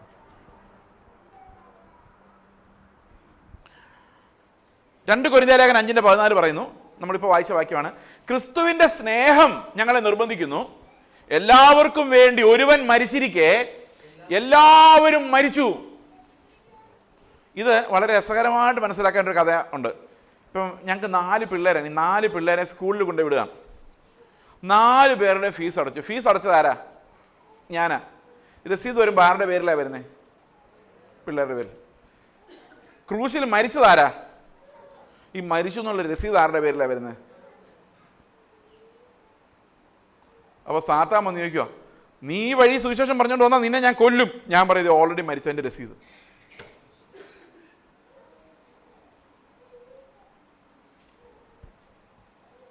അപ്പോൾ നമ്മുടെ പാപത്തിൻ്റെ ശമ്പളം എന്ന മരണം കഴിഞ്ഞു. അപ്പോൾ ഇനി നമ്മൾ എന്തിനാ മരിക്കുന്നതെന്ന് വെച്ച് കഴിഞ്ഞാൽ അത് വേറൊരു വിഷയമാണ്. ഇപ്പം മരിക്കുന്നവർക്ക് എന്ത് സംഭവിക്കുന്നു, ഓക്കെ, അതിനി പറയണമെങ്കിൽ വേറെ കുറേ ദിവസങ്ങൾ എടുക്കേണ്ടി വരും. പക്ഷെ ഒരു കാര്യം ഉറപ്പാണ്, ക്രിസ്തുവിൽ നമ്മുടെ പാപങ്ങളുടെ ശിക്ഷ അവസാനിച്ചത് കൊണ്ട് നമ്മൾ മരിക്കുന്നത്, ശാരീരിക മരണം അനുഭവിക്കുന്നത് പാപങ്ങളുടെ ശിക്ഷയായിട്ടല്ല, അത് നമ്മുടെ വിശുദ്ധീകരണത്തിൻ്റെ പൂർത്തീകരണമായിട്ടാണ് നമ്മൾ മരിക്കുന്നത്. മനസ്സിലായോ? അത് നമുക്ക് പിന്നീട് കാണാം. ഞാൻ 1-2 ഉദാഹരണങ്ങൾ പറയാം. അപ്പോൾ നിങ്ങൾക്ക് ഇത് ഈ മരണം എന്ന് പറയുന്നത് എന്താണെന്ന് മനസ്സിലാവും. എക്സാമ്പിൾസ് ഇല്ലാതെ മനസ്സിലാക്കാൻ പ്രയാസമാണ്. ഞാൻ ഈ എക്സാമ്പിൾസ് പറയുമ്പോൾ ഇതെല്ലാം ലിവിങ് എക്സാമ്പിൾസ്, ജീവിച്ചിരുന്ന ആളുകളുടെ എക്സാമ്പിൾസ് ആണ്. ഇവരെല്ലാം യൂട്യൂബിൽ എത്ര പ്രാവശ്യം എൻ്റെ ചേസ് ബ്രദർ ഇത് പറയുന്നത് ചിലപ്പോൾ അവർ ചിന്തിക്കുമായിരിക്കും, പക്ഷേ എനിക്ക് വേറെ നിവൃത്തിയില്ല, അതുകൊണ്ടാണ് ഇത് പറയുന്നത്. ഞങ്ങളുടെ ചർച്ചിലൊരു സഹോദരിയുണ്ട്. ചർച്ചിലല്ല, ഫെലോഷിപ്പിൽ ഒരു സിസ്റ്ററുണ്ട്. പുള്ളിക്കാരി ഡോക്ടറാണ്. ഒരു ദിവസം ഈ സഹോദരി എന്നോട് പറഞ്ഞു, ചേസ് എനിക്കൊരു പ്രോബ്ലം ഉണ്ട്. എൻ്റെ എൻ്റെ ഹോസ്പിറ്റലിലൊരു അറ്റൻഡറുമായിട്ട് ഞാൻ ഇത്തിരി ഉടക്കിലാണ്. കാരണം പുള്ളി പരസ്യമായിട്ട് ഈ ഡോക്ടറെ ഡിസ്റെസ്പെക്റ്റ് ചെയ്തു സംസാരിച്ചു, നിന്ദിച്ച് സംസാരിച്ചു. ഈ ഡോക്ടർ എപ്പോഴും പുള്ളിക്കാരിക്ക് എന്നെ പൈസ കൊടുത്ത് സഹായിക്കുന്നതാണ്. ഈ പരസ്യമായിട്ട് നിന്ദിച്ച് സംസാരിച്ചതോടെ പുള്ളിക്കാരിക്ക് ഒരു തരത്തിലും ആളെ നോക്കി ചിരിക്കാനോ ഗുഡ് മോർണിംഗ് പറയാനോ ഒന്നും പറ്റുന്നില്ല. അപ്പോൾ എന്താ ചെയ്യേണ്ടതെന്ന് എന്നോട് ചോദിച്ചപ്പോൾ ഞാൻ പറഞ്ഞു, നാളെ നിങ്ങൾ ഹോസ്പിറ്റലിൽ പോകുമ്പം ഇയാളെ കാണുമ്പം നോക്കി ചിരിക്കരുത്. ചിരിച്ചാലുള്ള പ്രോബ്ലം, ആ ചിരി ശരിയാവില്ല, ഭംഗിയാവില്ല. കാരണം എന്താ, ഉള്ളിൽ നിന്ന് ക്ഷമിച്ചിട്ടില്ല. അതൊരു മാനുഷിക പ്രവൃത്തിയായിട്ട് ഇരിക്കത്തേ ഉള്ളൂ. തന്നെയുമല്ല, ഇപ്പം എനിക്ക് ചിരിക്കാൻ പറ്റുന്നില്ലല്ലോ എന്നുള്ളൊരു വിഷമമെങ്കിലും നിങ്ങൾക്കുണ്ട്. നാളെ നിങ്ങൾ കഷ്ടിച്ച് എങ്ങനെയെങ്കിലും ഒന്ന് ചിരിച്ച് കാണിച്ചാൽ പിന്നെ മാനസാന്തരപ്പെടാൻ പോലും പറ്റാത്ത അവസ്ഥയിലേക്ക് നിങ്ങൾ പോകും. അതുകൊണ്ട് ഒരു കാരണവശാലും അയാളെ നോക്കി നാളെ ചിരിക്കരുതെന്ന് പറഞ്ഞു. അപ്പോൾ പുള്ളിക്കാരൻ ഇനി എന്ത് ചെയ്യും? ഒന്നും ചെയ്യാനില്ല. അയാളാണ് നിങ്ങളുടെ ക്രൂശ്, അവിടെ മരിക്കുക, അത് മാത്രമേ പറ്റുള്ളൂ. നാളെ അയാളെ കാണുമ്പോൾ ഇങ്ങനെ പറയാം, ഞാൻ മരിച്ചു, ഇനി ജീവിക്കുന്ന ക്രിസ്തുവാണ്. അതാ ഫെയ്ത്ത് പിടിച്ചെടുത്ത് നോക്കാൻ പറഞ്ഞു. പുള്ളിക്കാരി നേരെ അയാളുടെ മുഖത്തേക്ക് നോക്കി. ഞാൻ പെട്ടെന്ന് മനസ്സിലേക്ക് വന്നു, ഞാൻ മരിച്ചു, ഇനി ജീവിക്കുന്ന ഞാനല്ല, ക്രിസ്തു അത്രേ. നേരെ ചിരിച്ചോണ്ടാണ് നോക്കിയത്. അതോടെ അത് തീർന്നു. നമുക്ക് ഈ പ്രസംഗം കേൾക്കുമ്പോൾ പല ആൾക്കാർ ഇവിടെ നീന്തിക്കും, ഞാനും മരിച്ചു, കർത്താവിൻ്റെ കൂടെ ഞാനും മരിച്ചു ബ്രദറെ, ഞാനും മരിച്ചു. നിങ്ങൾക്ക് എത്ര പേർക്ക് തോന്നുന്നുണ്ട്? നടക്കൂല. എന്തുകൊണ്ട് നടക്കൂലെന്നറിയോ? ചുമ്മാ കസേരയിലിരുന്ന് മരിക്കുന്ന ഒരു ടെക്നിക്ക് ബൈബിളിൽ ഇല്ല. ക്രൂശിലല്ലാതെ മരിക്കാൻ പറ്റത്തില്ല. അതുകൊണ്ടാണ് കർത്താവ് പറഞ്ഞത്, നിങ്ങളുടെ ക്രൂശുമായിട്ട് ഇങ്ങ് പോരെന്ന്. അപ്പം ഞങ്ങൾക്ക് അങ്ങനെ വലിയ ക്രൂശൊന്നുമില്ല. ഞങ്ങൾക്ക് ഒരുമിത പൈസയൊക്കെ ഉണ്ട്, ഞങ്ങളുടെ പിള്ളേരൊക്കെ നല്ല പഠിക്കുന്നുണ്ട്, വലിയ ക്രൂശൊന്നുമില്ല. പക്ഷേ സഹോദരങ്ങൾ ഒന്നുകൂടെ സൂക്ഷിച്ച് നോക്കി, ഇഷ്ടം പോലെ ക്രൂശുണ്ട്. ഇത് രോഗവും ദുഃഖവും പ്രയാസവും കാശില്ലായ്മയൊന്നും ആവണമെന്ന് നിർബന്ധമൊന്നുമില്ല. ഈ ക്രൂശ് എന്ന് പറയുന്നത് ശരിക്കും നമ്മുടെ വീട്ടിൽ താമസിക്കുന്ന അമ്മായിമ്മയോ മരുമോളോ ഭർത്താവോ ഭാര്യയോ ഒക്കെ ആകാം. ആ സിസ്റ്റർക്ക് പറഞ്ഞ പോലെ, ഒരു അറ്റൻഡർ എന്ന് പറഞ്ഞാൽ അറ്റൻഡർ ക്രൂശായിരുന്ന പോലെ നിങ്ങൾക്കും ഇണങ്ങാൻ പറ്റാത്ത ആൾക്കാർ നിങ്ങളുടെ സഭയിൽ തന്നെ കാണാം. നിങ്ങൾക്ക് അങ്ങ് ഇണങ്ങാൻ പറ്റുന്നില്ല, സഹിക്കാൻ പറ്റുന്നില്ല. അവർ നിങ്ങളെ ക്രൂരമായി ദ്രോഹിച്ചായിട്ട് നിങ്ങൾ ചിന്തിക്കുന്നു. അപ്പോൾ നിങ്ങളുടെ മുമ്പിൽ ക്രിസ്തുവിനെ പോലെ ആകാനുള്ള തടസ്സം എന്താണ്? ആ ക്രൂശാണ്. അതിലേക്ക് കടന്നു പോകണമെങ്കിൽ ഒരൊറ്റ വഴിയുള്ളൂ, ഞാൻ മരിച്ചു, ഇനി ജീവിക്കുന്ന ഞാനല്ല, ക്രിസ്തു അത്രയും എൻ്റെ ഫെയ്ത്ത് വന്നാൽ മാത്രം ക്രൂശിൽ തന്നെ മരിക്കണം. അല്ലാതെ ഇവിടെ കസേരയിലിരുന്ന് മരിച്ചാൽ അവിടെ വീട്ടിൽ ചെല്ലുന്ന അയാളുടെ മുഖം നോക്കുമ്പം പിന്നെയും പഴയ സാധനങ്ങളെല്ലാം എഴുന്നേറ്റ് വരും. അതുകൊണ്ട് കർത്താവ് ക്രൂശ് വെക്കാത്ത ആരുമില്ല. നമുക്കെല്ലാവർക്കും കർത്താവ് ക്രൂശ് തന്നിട്ടുണ്ട്. പക്ഷേ എത്രയും പെട്ടെന്ന് ഞാൻ മരിക്കണമെന്ന് ചിന്തിച്ചാൽ, ഏത് മരണമാണ്? ശാരീരിക മരണമല്ല, എൻ്റെ പഴയ മനുഷ്യൻ്റെ മരണം. ഈ മരണം സാധിപ്പിക്കാൻ വേണ്ടിയാണ് ജീവിതത്തിൽ പ്രശ്നങ്ങളും പ്രതിസന്ധിയും ക്രൂശുകളും എല്ലാം വരുന്നത്. എത്ര പേർക്ക് സന്തോഷമുണ്ട്? സന്തോഷമുണ്ടോ? അന്നേരം പ്രവാചകനെ വിളിച്ചിട്ട് ക്രൂശ് എടുത്ത് മാറ്റാൻ ശ്രമിക്കരുത്. കർത്താവിനോട് ചോദിക്കണം, കർത്താവെ എന്നെ വിശുദ്ധീകരിക്കുന്നത് നീ എങ്ങനെയാണെന്ന് എന്നെ കാണിച്ചു തരണം. കാരണം അപ്പനറിയാതെ ഒരു തലമുടിനാര് പോലും താഴെ വീഴത്തില്ല. നിങ്ങൾ വിചാരിക്കും എന്നാലും ദൈവം എന്തിനാ അങ്ങനെ ചെയ്തത്? ഞങ്ങൾ ഏറ്റവും കൂടുതൽ ആ ചോദ്യം ചോദിച്ചത് ഞങ്ങളുടെ രണ്ടാമത്തെ മകൻ മരിച്ചു പോയപ്പോഴാണ്. അപ്പോൾ കർത്താവ് എന്നോട് പറഞ്ഞൊരു കാര്യം, ആ മോൻ മരിക്കുമ്പോൾ 1.25 വയസ്സുള്ളൂ. അപ്പോൾ കർത്താവ് എന്നോട് പറഞ്ഞ കാര്യം ഇതാണ്, എനിക്കിതിനകത്ത് നഷ്ടമില്ല. ആർക്ക്? ദൈവത്തിന് പല മടങ്ങ് ലാഭമേ ഉള്ളൂ. അപ്പം ഞാൻ ചോദിച്ചത് എന്താണ്? ഒന്ന്, കൊച്ചു നേരത്തെ അങ്ങ് ചെന്നു, അതാണ് ഏറ്റവും വലിയ ലാഭം. ഇനി ഞാൻ നേരത്തെ പറഞ്ഞ പോലത്തെ സാധനങ്ങളൊക്കെ വരുന്നതിന് മുമ്പ് അങ്ങ് പോയി. 2, ആ കൊച്ചിൻ്റെ മരണം ഞങ്ങളെ വിശുദ്ധീകരിച്ചതിൽ ഒരു പ്രധാന പങ്ക് വഹിച്ചൊരു കാര്യമാണ്. കാരണം അതിന് ശേഷമാണ് ഈ നിത്യജീവൻ എന്നുള്ളത്, എറ്റേണൽ ലൈഫ് എന്നുള്ളത് ഒരു പാഷനായിട്ട് എൻ്റെ ഉള്ളിലേക്ക് വരുന്നത്. There is a life that the Lord has given.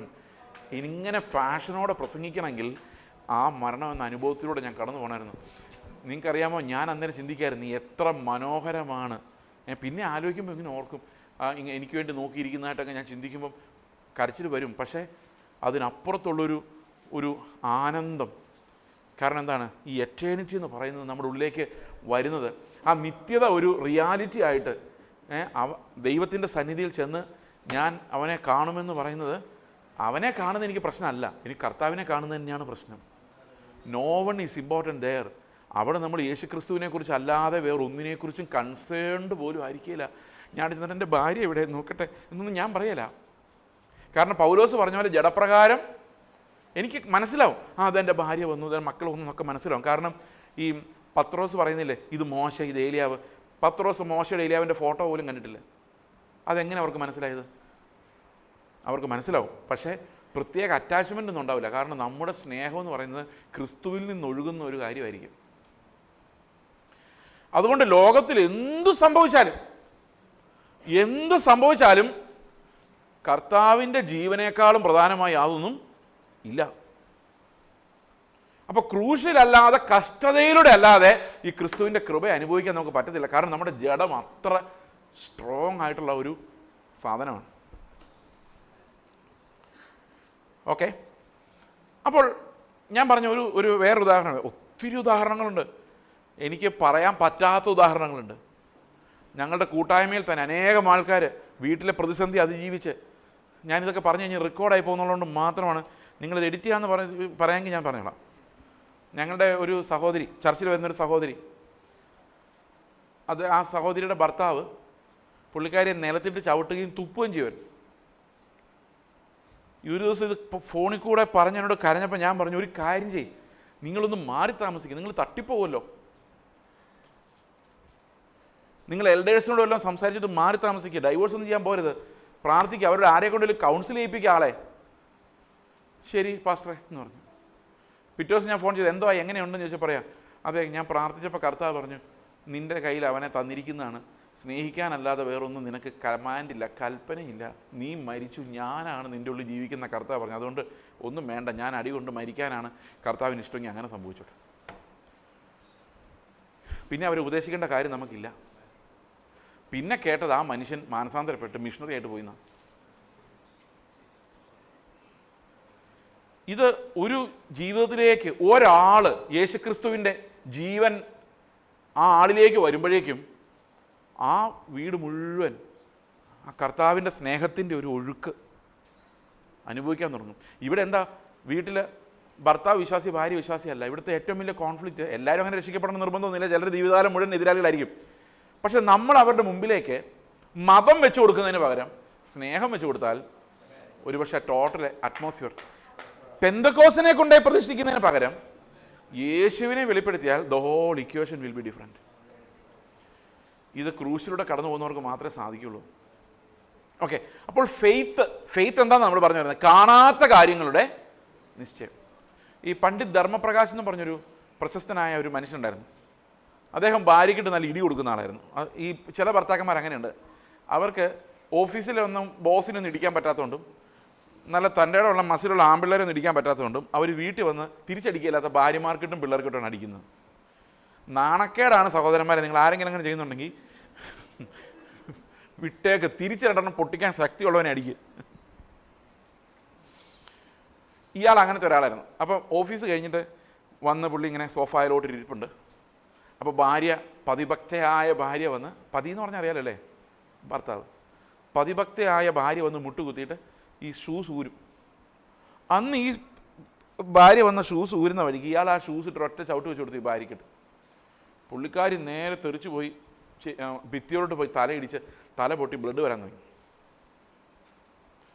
എന്നിട്ട് ഇവരെന്ത് ചെയ്യുന്നറിയാം, ഇവരുടനെ ഒരു ടർക്കി എടുത്ത് ഒരു ടവൽ എടുത്തിട്ട് ആ മുറിവ് ശരിക്കങ്ങ് വലിച്ചങ്ങ് കെട്ടി. എന്നിട്ട് അക്ഷരം പോലും മിണ്ടാതെ പിന്നെയും വന്ന് മുട്ടുകുന്നത് ഇതിൻ്റെ ആ സോക്സും കൂടെ ഊരി. ഒരക്ഷരം പോലും മിണ്ടില്ല. ഇയാൾ നിലത്തിരുന്നു, അവരുടെ കൂടെ നിലത്തിരുന്നിട്ട് ചോദിച്ചു, എന്നെപ്പോലൊരു മൃഗത്തെ സ്നേഹിക്കാൻ നിനക്ക് എങ്ങനെ പറ്റുന്നതെന്ന് ചോദിച്ചു. അപ്പോൾ ഈ സ്ത്രീ പറഞ്ഞു, ഞാൻ മരിച്ചു, ക്രിസ്തുവാണ് നിങ്ങളെ സ്നേഹിക്കുന്നത്. അയാൾ കൺവെൻഷൻ പ്രസംഗമാണ്, 92-ാം വയസ്സിൽ കൺവെൻഷന് പ്രസംഗിക്കുന്ന ആ സ്റ്റേജ് അങ്ങോട്ട് ആളെ കാണാൻ പറ്റിയില്ല. അയാൾ മരിച്ചുപോയി. പക്ഷേ ആ മരണം എന്ന് പറഞ്ഞാൽ ക്രിസ്തുവിൻ്റെ മരണത്തോട് നമ്മൾ ഏകീഭവിക്കുമ്പം ആൾക്കാർ നിന്ദിച്ചോ, മരിച്ച ആൾക്ക് ആര് നിന്ദിച്ചാൽ എന്തോ. എൻ്റെ വീട്ടിൽ എനിക്ക് ഒരു ബഹുമാനമില്ല പാസ്റ്ററെ. ചത്തുപോയവൻ എന്ത് ബഹുമാനിക്കണം? നാട്ടുകാരെന്നെ കാണുമ്പോൾ പാട്ടുകാരി പെന്തക്കോസുകാരി എന്ന് വിളിച്ച് കളിയാക്കുക. ചിലർ സാക്ഷ്യം പറഞ്ഞിട്ട് നമുക്ക് തന്നെ കരച്ചിൽ വരും. അവരെന്നാ പറഞ്ഞാലെന്താ, നിങ്ങൾ മരിച്ചുപോയില്ലേ? ക്രിസ്തുവിൽ മരിച്ചവർ പിന്നെ എന്തിനാണ് ലോകം പറയുന്നത് കേൾക്കുന്നത്? എന്നാൽ പിന്നെ അത് കേൾക്കണ്ട, കർത്താവിനെ കുറിച്ച് ആലോചിച്ചാൽ എന്ന് പറയുമ്പോൾ പ്രവാചകന്മാരെന്ന് പറയും, നിന്നെ നിന്ദിച്ചവരുടെ ഇടയിൽ മാനിക്കുന്ന ഒരു ദൈവം ഉണ്ടെന്ന് പറയുമ്പോഴേക്കും അങ്ങനെ വിടുന്നില്ല. അവൻ്റെ മുമ്പിലൂടെ ഞാനൊന്ന് ഞെളിഞ്ഞ് നടന്നിട്ട് മരിച്ചാൽ മതി. ഇത് കർത്താവിൻ്റെ ആത്മാവാണോ?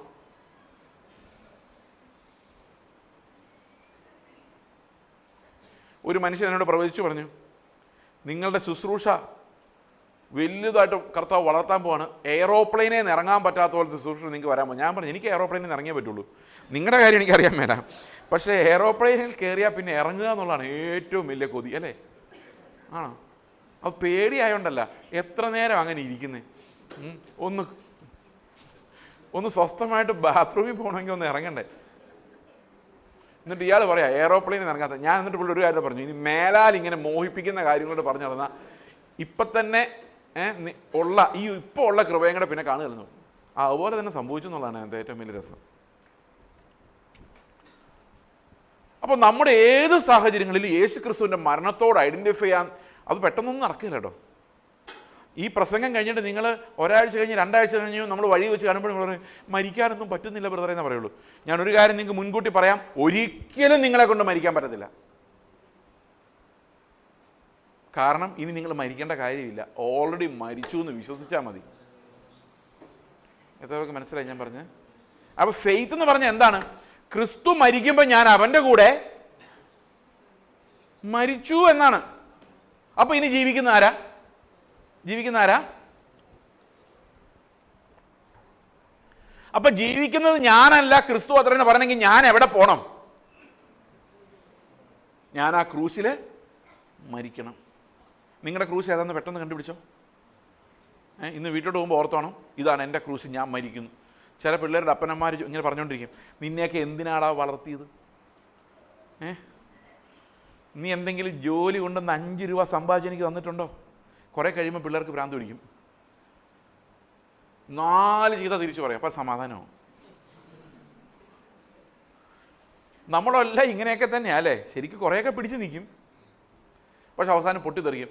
ചത്ത് കഴിഞ്ഞാൽ പിന്നെ എത്ര പിടിച്ചു നിന്നാലും പിന്നെ പഴയ സാധനം വരികയില്ല.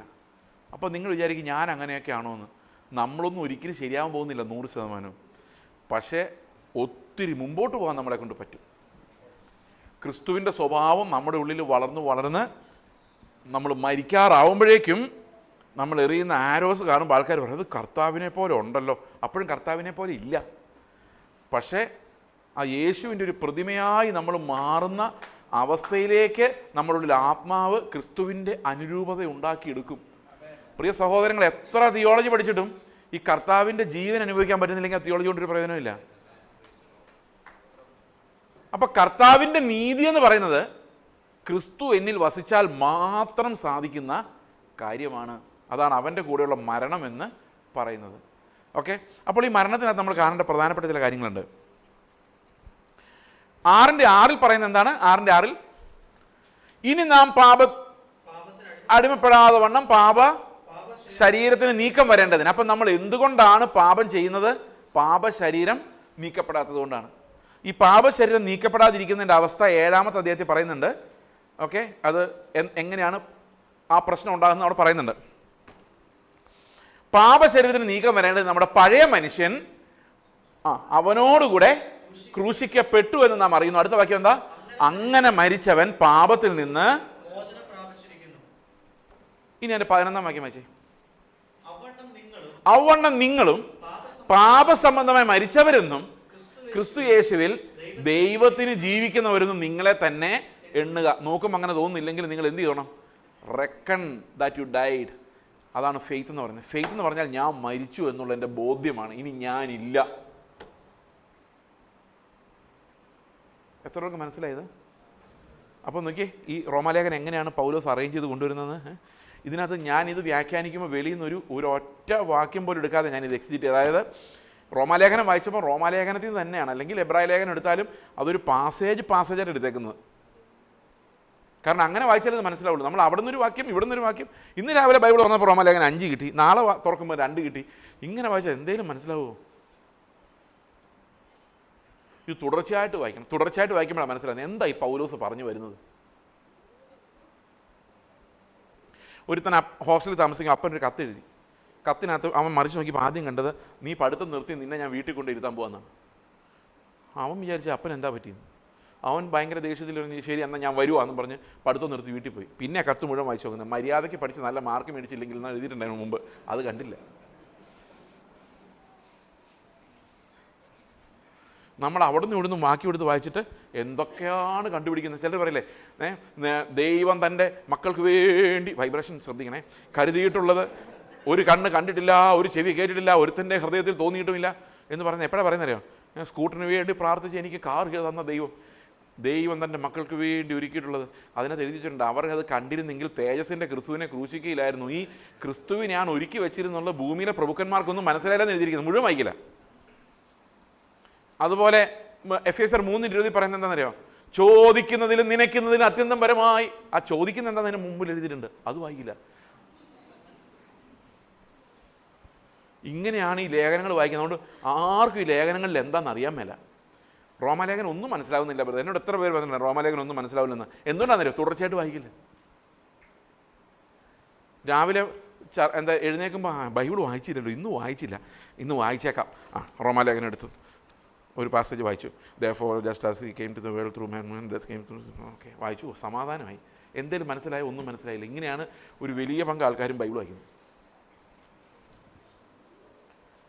ഓക്കെ, അപ്പോൾ 6-ാം അധ്യായത്തിൽ നമ്മൾ കാണുന്നത് പാപസംബന്ധമായി മരിച്ചു നമ്മൾ കരുതണമെന്നാണ് അല്ലേ. ഇനി 7:4 വായിച്ചു. 7:3-4. 7:3-4. ഭർത്താവ് ജീവിച്ചിരിക്കുമ്പോൾ അവൾ വേറെ പുരുഷനായാൽ വ്യഭിചാരിണി എന്ന് പേര് വരും. ഓക്കെ, ഭർത്താവ് മരിച്ച ശേഷം വേറെ പുരുഷനായാൽ ഓക്കെ. അപ്പോൾ ഇവിടുത്തെ കാര്യം നിങ്ങൾ ചിന്തിക്കുമായിരിക്കും, ഇയാൾ ഇത്ര നേരം നീതീകരണത്തെക്കുറിച്ച് പറഞ്ഞിട്ട് പെട്ടെന്ന് കല്യാണത്തെക്കുറിച്ച് പറഞ്ഞത് എന്തുകൊണ്ടാണെന്നല്ലേ ചിന്തിച്ചോ? അടുത്ത വാക്യം വായിച്ചു നോക്കി.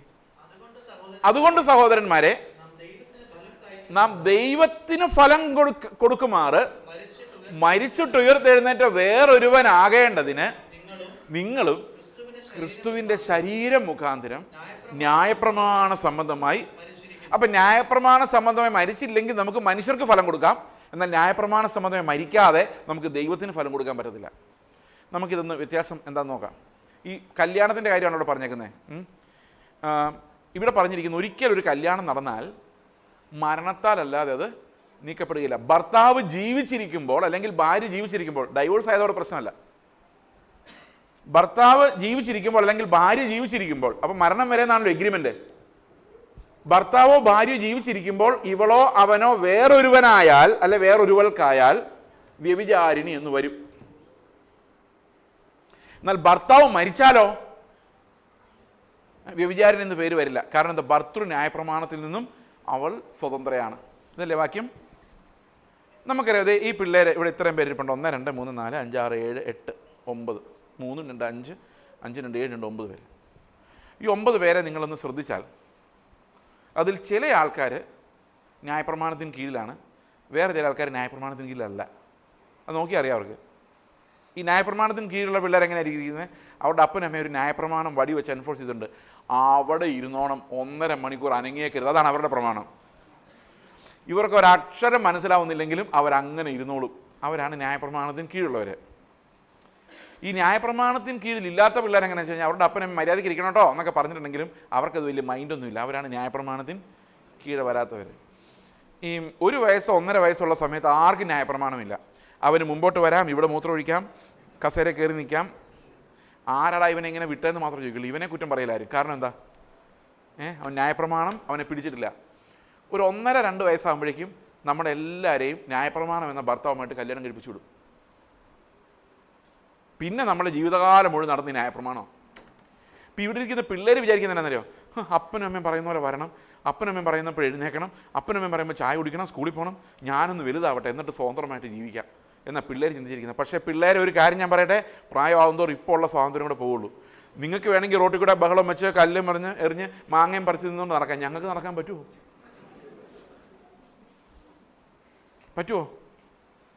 നിങ്ങൾക്ക് വേണേൽ ഒരു ടീഷർട്ട് വിട്ട് ഒരു നിക്കർ ഇട്ടുകൊണ്ട് വേണമെങ്കിൽ കയറി വരാം. എനിക്ക് പറ്റുമോ? പറ്റില്ല. അപ്പൊ പ്രായം കൂടുന്തോറും നിയമം കൂടുക.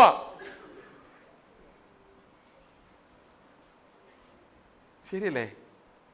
അപ്പൊ ഞാനാണെങ്കിൽ മടുത്തു. ഏതാ ഈ ന്യായപ്രമാണം എന്ന ഭർത്താവ്? അത് ഭയങ്കര ദുഷ്ടനായ ഭർത്താവ്, ഭയങ്കര സ്ട്രിക്റ്റാ. ന്യായപ്രമാണത്തിൽ ഒരു പ്രമാണം തെറ്റിപ്പോയാൽ എല്ലാം തെറ്റിയ പോലെയാ. അപ്പോൾ രാവിലെ എഴുന്നേക്കെന്ന് പറഞ്ഞാൽ ഭാര്യ ന്യായപ്രമാണം പ്രസാദിപ്പിക്കും. നമ്മളെല്ലാവരും ഭാര്യമാരായിട്ടാണ് സങ്കല്പിക്കുന്നത് കേട്ടോ. പുരുഷന്മാരായ നമ്മളെല്ലാവരും ക്ഷമിച്ചിരിക്കുന്നു ഓൾറെഡി. അപ്പോൾ നമ്മളെല്ലാം ഭാര്യമാരായിട്ടാണ്. ന്യായപ്രമാണം എന്ന ഭർത്താവിൻ്റെ ഭാര്യ. ഇപ്പം ന്യായപ്രമാണം കുറേ കാര്യങ്ങൾ പറഞ്ഞിട്ടുണ്ട് നമ്മളോട്. ചെയ്യണം, ഇങ്ങനെ ചെയ്യണം, അങ്ങനെ ചെയ്യണം, അങ്ങോട്ട് തിരിയണം, ഇങ്ങോട്ട് തിരിയണം. രാവിലെ തൊട്ട് നിബന്ധനകൾ. 5 മണിക്ക് എഴുന്നേക്കണം, പാത്രം കഴുകണം, കുക്ക് ചെയ്യണം, പിന്നെയും പാത്രം കഴുകണം, കുക്ക് ചെയ്യണം, പിന്നെയും പാത്രം കഴുകണം, നിലവടിച്ച് വരണം, കുക്ക് ചെയ്യണം. ഇത് മാത്രമാണ് പണിയല്ലേ? രാത്രി വരെ ഇത് തന്നെ പണി. രാത്രി ആകുമ്പം ഭർത്താവായ ന്യായപ്രമാണത്തോട് ഞാൻ ചെന്ന് ചോദിക്കുകയാണ്, ഇന്ന് ഞാൻ ഒത്തിരി കഷ്ടപ്പെട്ടു, എങ്ങനെ ഉണ്ടായിരുന്നു? അപ്പോൾ ന്യായപ്രമാണം പറയും, ഒന്നും ശരിയായിട്ടില്ല, നിന്നെ കൊല്ലേണ്ടി വരും. കാരണം ന്യായപ്രമാണം വെച്ച് ആർക്കും നീതിമാനാകാൻ പറ്റുന്നില്ലെന്ന് നമ്മളത് കഴിഞ്ഞ ദിവസം കണ്ടത്. ഇതെല്ലാം ഓർക്കണേ. അപ്പം ഇങ്ങനെ ആയപ്പോൾ ഞാൻ മടുത്തു. സ്നേഹത്തോടൊരു വാക്കില്ല, ആശ്വാസത്തോടൊരു വാക്കില്ല. അപ്പം ഞാൻ വിചാരിക്കുക ഡൈവോഴ്സ് ചെയ്ത് പോകാനും പറ്റില്ല. ഇയാൾ ചത്തുപോകാണെങ്കിൽ വേറെ ആരെങ്കിലും കിട്ടി കല്യാണം കഴിച്ച് ജീവിക്കായിരുന്നു. പക്ഷേ ന്യായപ്രമാണം ചത്തും പോകില്ല. കാരണം കർത്താവിനെ പറഞ്ഞിട്ടുണ്ട്, ആകാശവും ഭൂമിയും ഒഴിഞ്ഞു പോയാലും ന്യായപ്രമാണത്തിന് വള്ളിയും പുള്ളിയും പോകില്ല. അപ്പോൾ കുരുങ്ങിയ ജീവിതകാലം മുഴുവൻ കുരുങ്ങി. എത്ര പേർക്ക് മനസ്സിലായോ? പക്ഷേ ഇതിനകത്ത് രക്ഷപ്പെടാൻ എന്തെങ്കിലും വഴിയുണ്ടോ? നിങ്ങളൊന്ന് ആലോചിക്കുക. ഈ കല്യാണത്തിൽ നിന്ന് രക്ഷപ്പെടാൻ നിങ്ങൾക്ക് എന്തെങ്കിലും വഴിയുണ്ടോ? അതായത് ഡൈവോഴ്സ് ഇല്ല, ഭർത്താവ് മരിക്കുകയില്ല, വേറെ എന്തെങ്കിലും വഴിയുണ്ടോ? ഇതിനകത്ത് രക്ഷപ്പെട്ടേ പറ്റൂ. കാരണം ഇതിനകത്ത് ഇരുന്നാൽ നമ്മൾ തട്ടിപ്പോവും. കാരണം ഒരിക്കലും പൂർത്തിയാക്കാൻ പറ്റില്ല, ഒരിക്കലും നല്ല വാക്ക് കേൾക്കാൻ പറ്റത്തില്ല. എന്തെങ്കിലും വഴിയുണ്ടോ? ഇനി 4-ാമത്തെ വാക്യം ഒന്നുകൂടെ വായിച്ച വഴി എന്തെങ്കിലും തെളിയുന്നുണ്ടെങ്കിൽ എന്നോട് പറ. സഹോദരന്മാരെ, നാം ദൈവത്തിന് ഫലം കായ്ക്കുമാറ് മരിച്ചിട്ട് ഉയർത്തെഴുന്നേറ്റ വേറൊരുവനെ കല്യാണം കഴിക്കേണ്ടതിന് നിങ്ങളും ക്രിസ്തുവിന്റെ ശരീരം മുഖാന്തരം. അപ്പം നമ്മൾ എങ്ങനെ രക്ഷപ്പെട്ടത്? ന്യായപ്രമാണം മരിക്കില്ല, പക്ഷേ പറ, നമ്മൾ ക്രിസ്തുവിന്റെ ശരീരം മുഖാന്തരം മരിച്ചു. അപ്പൊ ഇപ്പം നമ്മുടെ ഭർത്താവ് ആരാ? ന്യായപ്രമാണമല്ല. നേരത്തെ നമ്മളെ ഭയമാണ് നിയന്ത്രിച്ചുകൊണ്ടിരുന്നത്. ഇപ്പം നമ്മളെ നിയന്ത്രിക്കുന്ന ക്രിസ്തുവിന്റെ സ്നേഹമാണ്, അല്ലേ? ക്രിസ്തുവിന്റെ സ്നേഹം ഞങ്ങളെ നിർബന്ധിക്കുന്നു. അപ്പൊ ഇപ്പൊ പൈസ കൊടുക്കുന്നത് അടി കിട്ടുമെന്ന് പേടിച്ചിട്ടല്ല, പൈസ കൊടുക്കുന്ന സ്നേഹത്തിന്റെ നിർബന്ധം കാരണം. ഇപ്പം ഞാൻ പ്രാർത്ഥിക്കുന്ന, രാവിലെ പ്രാർത്ഥിച്ചില്ലെങ്കിൽ ദൈവം അടിക്കുമല്ലോ എന്ന് വിചാരിച്ചിട്ടല്ല, കർത്താവിനോടുള്ള സ്നേഹം കാരണമാണ്. മനസ്സിലാവുന്നുണ്ടോ? വ്യത്യാസമുണ്ടോ? അപ്പൊ പുതിയ ഭർത്താവിനെ കിട്ടി. ആരാ പുതിയ ഭർത്താവ്? യേശു ക്രിസ്തു. ഈ പുതിയ ഭർത്താവിനെ കിട്ടിക്കഴിഞ്ഞപ്പോഴാണ് വേറൊരു വലിയ പ്രോബ്ലം ഉണ്ടായത്. പഴയ ഭർത്താവിൻ്റെ സമയത്ത് രാവിലെ 5 മണിക്ക് എഴുന്നേറ്റാൽ മതിയായിരുന്നു, 2 കറി മതിയായിരുന്നു. ഓക്കെ. പുതിയ ഭർത്താവിൻ്റെ ഡിമാൻഡുകൾ പഴയ ഭർത്താവിനേക്കാളും കൂടുതലാണ്. പുതിയ ഭർത്താവ് എന്താ പറയുന്നത് അറിയോ? 4. കാരണം നിങ്ങൾ പഴയ നിയമത്തിലെ നീതിയാണോ പുതിയ നിയമത്തിലെ നീതിയാണോ കൂടുതൽ ടഫ്? ഇപ്പൊ പുതിയ നിയമത്തിൽ വന്ന ശേഷം പാസ്റ്റർമാരെല്ലാം പഴയ നിയമത്തിലെ നീതി പ്രസംഗിക്കാൻ കാരണം എന്താ? ഇത് നോക്കാൻ പോലും പറ്റാത്ത അവസ്ഥയാണ്. കണ്ണ് നോക്കിയാൽ ചൂടിനെടുത്ത് എറിഞ്ഞു കളയണം.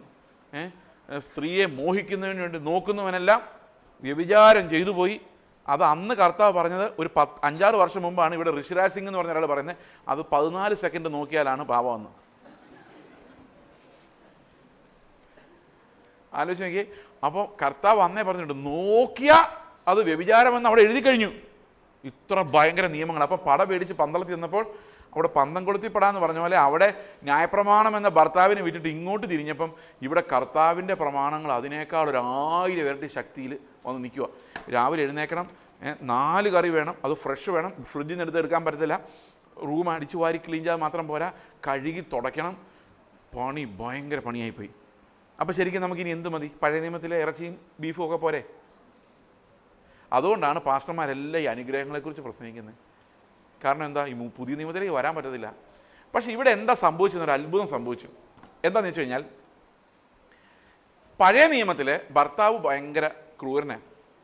എന്നാൽ പുതിയ നിയമത്തിൽ കർത്താവ് രാത്രി വരെ ഞാൻ അധ്വാനിച്ച് ഒന്നും ആയില്ല, ഒന്നും ശരിയായില്ല. അപ്പോൾ പഴയ നിയമത്തിലൊന്നും ശരിയായില്ലെങ്കിൽ പുതിയ നിയമത്തിലെ കാര്യം അറിയാമല്ലോ, ഒന്നും ശരിയായിട്ടില്ല. ഞാൻ വൈകിട്ട് നിന്ന് കർത്താവിൻ്റെ പറയാം, കർത്താവേ എന്തോ ആയി പരിപാടി, ഒന്നും ശരിയാവുന്നില്ല. അപ്പോൾ കർത്താവ് പറഞ്ഞു, നീയല്ല ഞാൻ ചെയ്തോളാം. അതെങ്ങനെയുണ്ട് പരിപാടി? ഈ ഭർത്താവിന് ഭാര്യയോട് സ്നേഹം ഉണ്ടെങ്കിൽ, എൻ്റെ ഭാര്യയോട് ഇരിപ്പുണ്ട്, ഞാനങ്ങനെ പണിയൊന്നും ചെയ്യുന്ന ആളല്ല, കാരണം എനിക്ക് ചായ ഉണ്ടാക്കാൻ പോലും അറിയത്തില്ല. ഇതൊരു എക്സാമ്പിളായിട്ട് മാത്രം പരിഗണിക്കണം. ഓക്കെ, ഭർത്താവിന് ഭാര്യയോട് ഇത്രയും സ്നേഹം ഉണ്ടെങ്കിൽ ഇത്രയും സഹായിക്കുന്നു വയ്ക്കാം. ഓക്കെ, ഇത്രയും സ്നേഹം ഉണ്ടെങ്കിലോ 50-50, പകുതി നീ ചെയ്യുക, പകുതി ഞാൻ ചെയ്യാം. 360 ഡിഗ്രി സ്നേഹമാണെങ്കിലോ നീ അവിടെ ഇരുന്നോ. ഈ ഭർത്താവ് ഭയങ്കര എക്സ്പേർട്ടും ഭാര്യ ഒന്നും അറിയാൻ വയ്യാത്ത ആളാണെങ്കിൽ ഭർത്താവ് ഭാര്യയോട് എന്തായിരിക്കും പറയുന്നത്? നീ അനങ്ങാതിരിക്കാമെങ്കിൽ ഞാൻ നിനക്ക് വല്ലതും തരാം. എൻ്റെ ഭാര്യ എന്നോടാ പറയുന്നത് കുറേ കഴിയുമ്പോൾ, നിങ്ങളവിടെ അടങ്ങിയിരുന്നാൽ എനിക്ക് അത്രയും നല്ലപോലെ ചെയ്യാം, കാരണം ഞാൻ ഒരു സ്കില്ലുള്ള ആളല്ല. ഓക്കെ, അപ്പോൾ ഭർത്താവ് അങ്ങനെ നമ്മൾ പറയുന്നത്, കർത്താവ് അങ്ങനെ പറയുന്നത്, നീ ഇതിനകത്ത് പണിയാൻ പോയാൽ പ്രശ്നമാവും, നീ മരിച്ചോ, ഞാനിത് ചെയ്തോളാം. ഇതാണ് ന്യായപ്രമാണത്താലുള്ള നീതിയല്ല, ഇത് ക്രിസ്തു എന്നിൽ വസിക്കുന്നത് കൊണ്ടുള്ള നീതിയാണ്. എത്ര പേർക്ക് മനസ്സിലായത്? നിങ്ങളൊന്ന് ആലോചിക്കുക, പൗലോസ് എന്ത് കഷ്ടപ്പെട്ട ഇത് എഴുതിയെന്ന് തെളിയിക്കാൻ വേണ്ടി എന്ത് പാടുപെടുന്നു ആലോചിക്കുക. അപ്പോൾ ഇനിയും മീശ പഠിച്ചാലുള്ള നീതിയും കൊണ്ട് സ്വർഗത്തിൽ പോകാൻ നമുക്ക് പറയാൻ പറ്റുമോ? പറയാൻ പറ്റില്ല. കാരണം നമുക്ക് അതിനേക്കാളൊക്കെ ഉന്നതമായ നമ്മുടെ ജീവൻ തന്നെ നഷ്ടപ്പെടുത്താൻ പറ്റുന്ന അത്രയും വലിയ നീതിയിലേക്കാണ് നമ്മൾ വിശ്വാസത്താൽ നടക്കുന്നത്.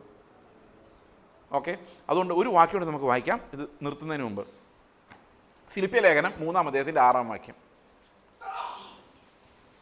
വായിക്കാം. ഫിലിപ്പിയ ലേഖനം 3-ന്റെ ശുഷ്കാന്തി സംബന്ധിച്ച് സഭയെ ഉപദ്രവിച്ചവൻ, ന്യായപ്രമാണത്തിലെ നീതി സംബന്ധിച്ച് അനിന്യൻ. അനിന്യൻ എന്ന് പറഞ്ഞാൽ എന്തുവാ? ഒരു ബ്ലെയിമും ഇല്ലാത്ത ആൾ, അതായത് പെർഫെക്റ്റ്ലി പ്രമാണമല്ല അനുസരിച്ച ആൾ. ഇനി 9-ാം വാക്യം വായിച്ചേ.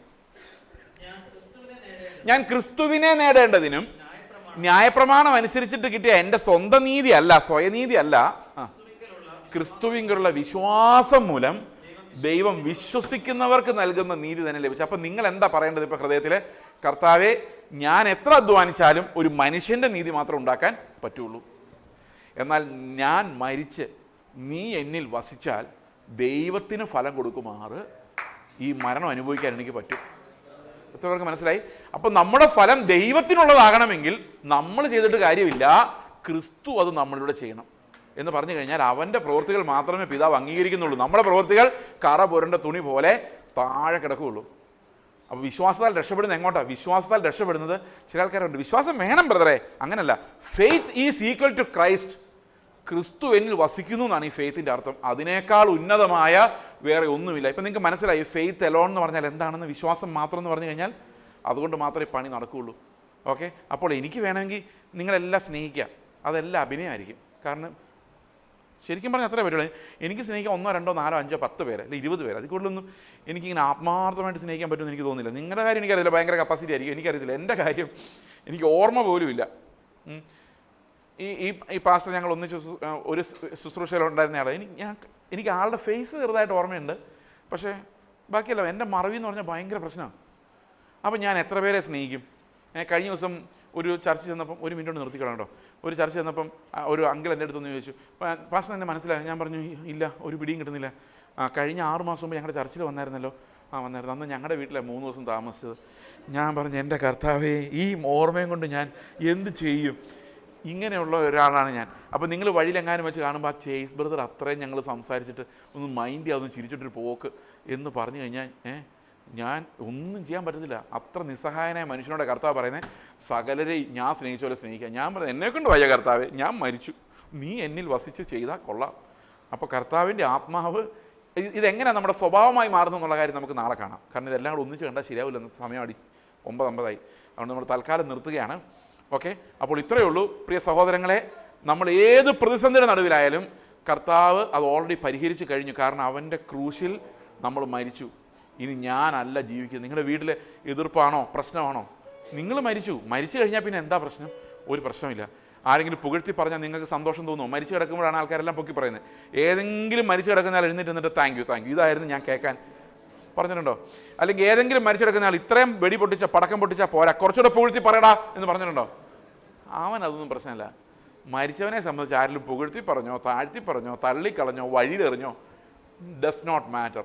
ആകെ മാറ്റർ ചെയ്യുന്ന എൻ്റെ ഉള്ളിൽ ക്രിസ്തുവിൻ്റെ ജീവൻ ഉണ്ടോ, അത് വളരുന്നുണ്ടോ, പിതാവിന് പ്രസാദമായ ഫലം പുറപ്പെടുന്നുണ്ടോ, ആ ജീവൻ വേണ്ടി ഈ ജീവൻ പോകുന്നതിനെയാണ് നമ്മൾ വിശ്വാസം എന്ന് പറയുന്നത്. നമുക്ക് പ്രാർത്ഥിക്കാം. ഞങ്ങളുടെ സ്വർഗസ്ഥ പിതാവേ, അങ്ങ് ഞങ്ങൾക്ക് തന്ന പുത്രൻ്റെ ജീവനായി, അവകാശങ്ങൾക്കായി, മക്കളെ എന്നുള്ള വിളിക്കായി, അതിനുവേണ്ടി സ്വന്തം പുത്രനെ കാൽവരി ക്രൂശിൽ തകർത്ത് കളയാൻ അങ്ങേക്ക് തോന്നിയ സ്നേഹത്തിനായി ഞങ്ങൾ നന്ദി പറയുന്നു കർത്താവേ. ഞങ്ങളുടെ ജീവിതത്തിലോട്ട് നോക്കുമ്പോൾ അങ്ങ് ഞങ്ങൾക്കായി മരിച്ചതല്ലാതെ, അങ്ങ് ഞങ്ങൾക്കായി ഇന്നും ജീവിക്കുന്നതല്ലാതെ വേറെ ഒരു നന്മയും അവകാശപ്പെടുവാൻ ഞങ്ങൾക്കില്ല. എല്ലാ രക്ഷയുടെ സന്തോഷങ്ങൾക്കായിട്ടും ഞങ്ങൾ അങ്ങേ സ്തുതിക്കുന്നു കർത്താവേ. ഞങ്ങളുടെ വിശ്വാസം വർദ്ധിപ്പിച്ച് ക്രിസ്തു ഞങ്ങളോട് വെളിപ്പെടുന്ന വരത്തക്ക രീതിയിൽ കർത്താവ് അങ്ങയുടെ ജീവനെ ഞങ്ങളുടെ പ്രകാശിപ്പിക്കണമേ. കർത്താവായ യേശു ക്രിസ്തുവിൻ്റെ നാമത്തിൽ തന്നെ ആമേൻ.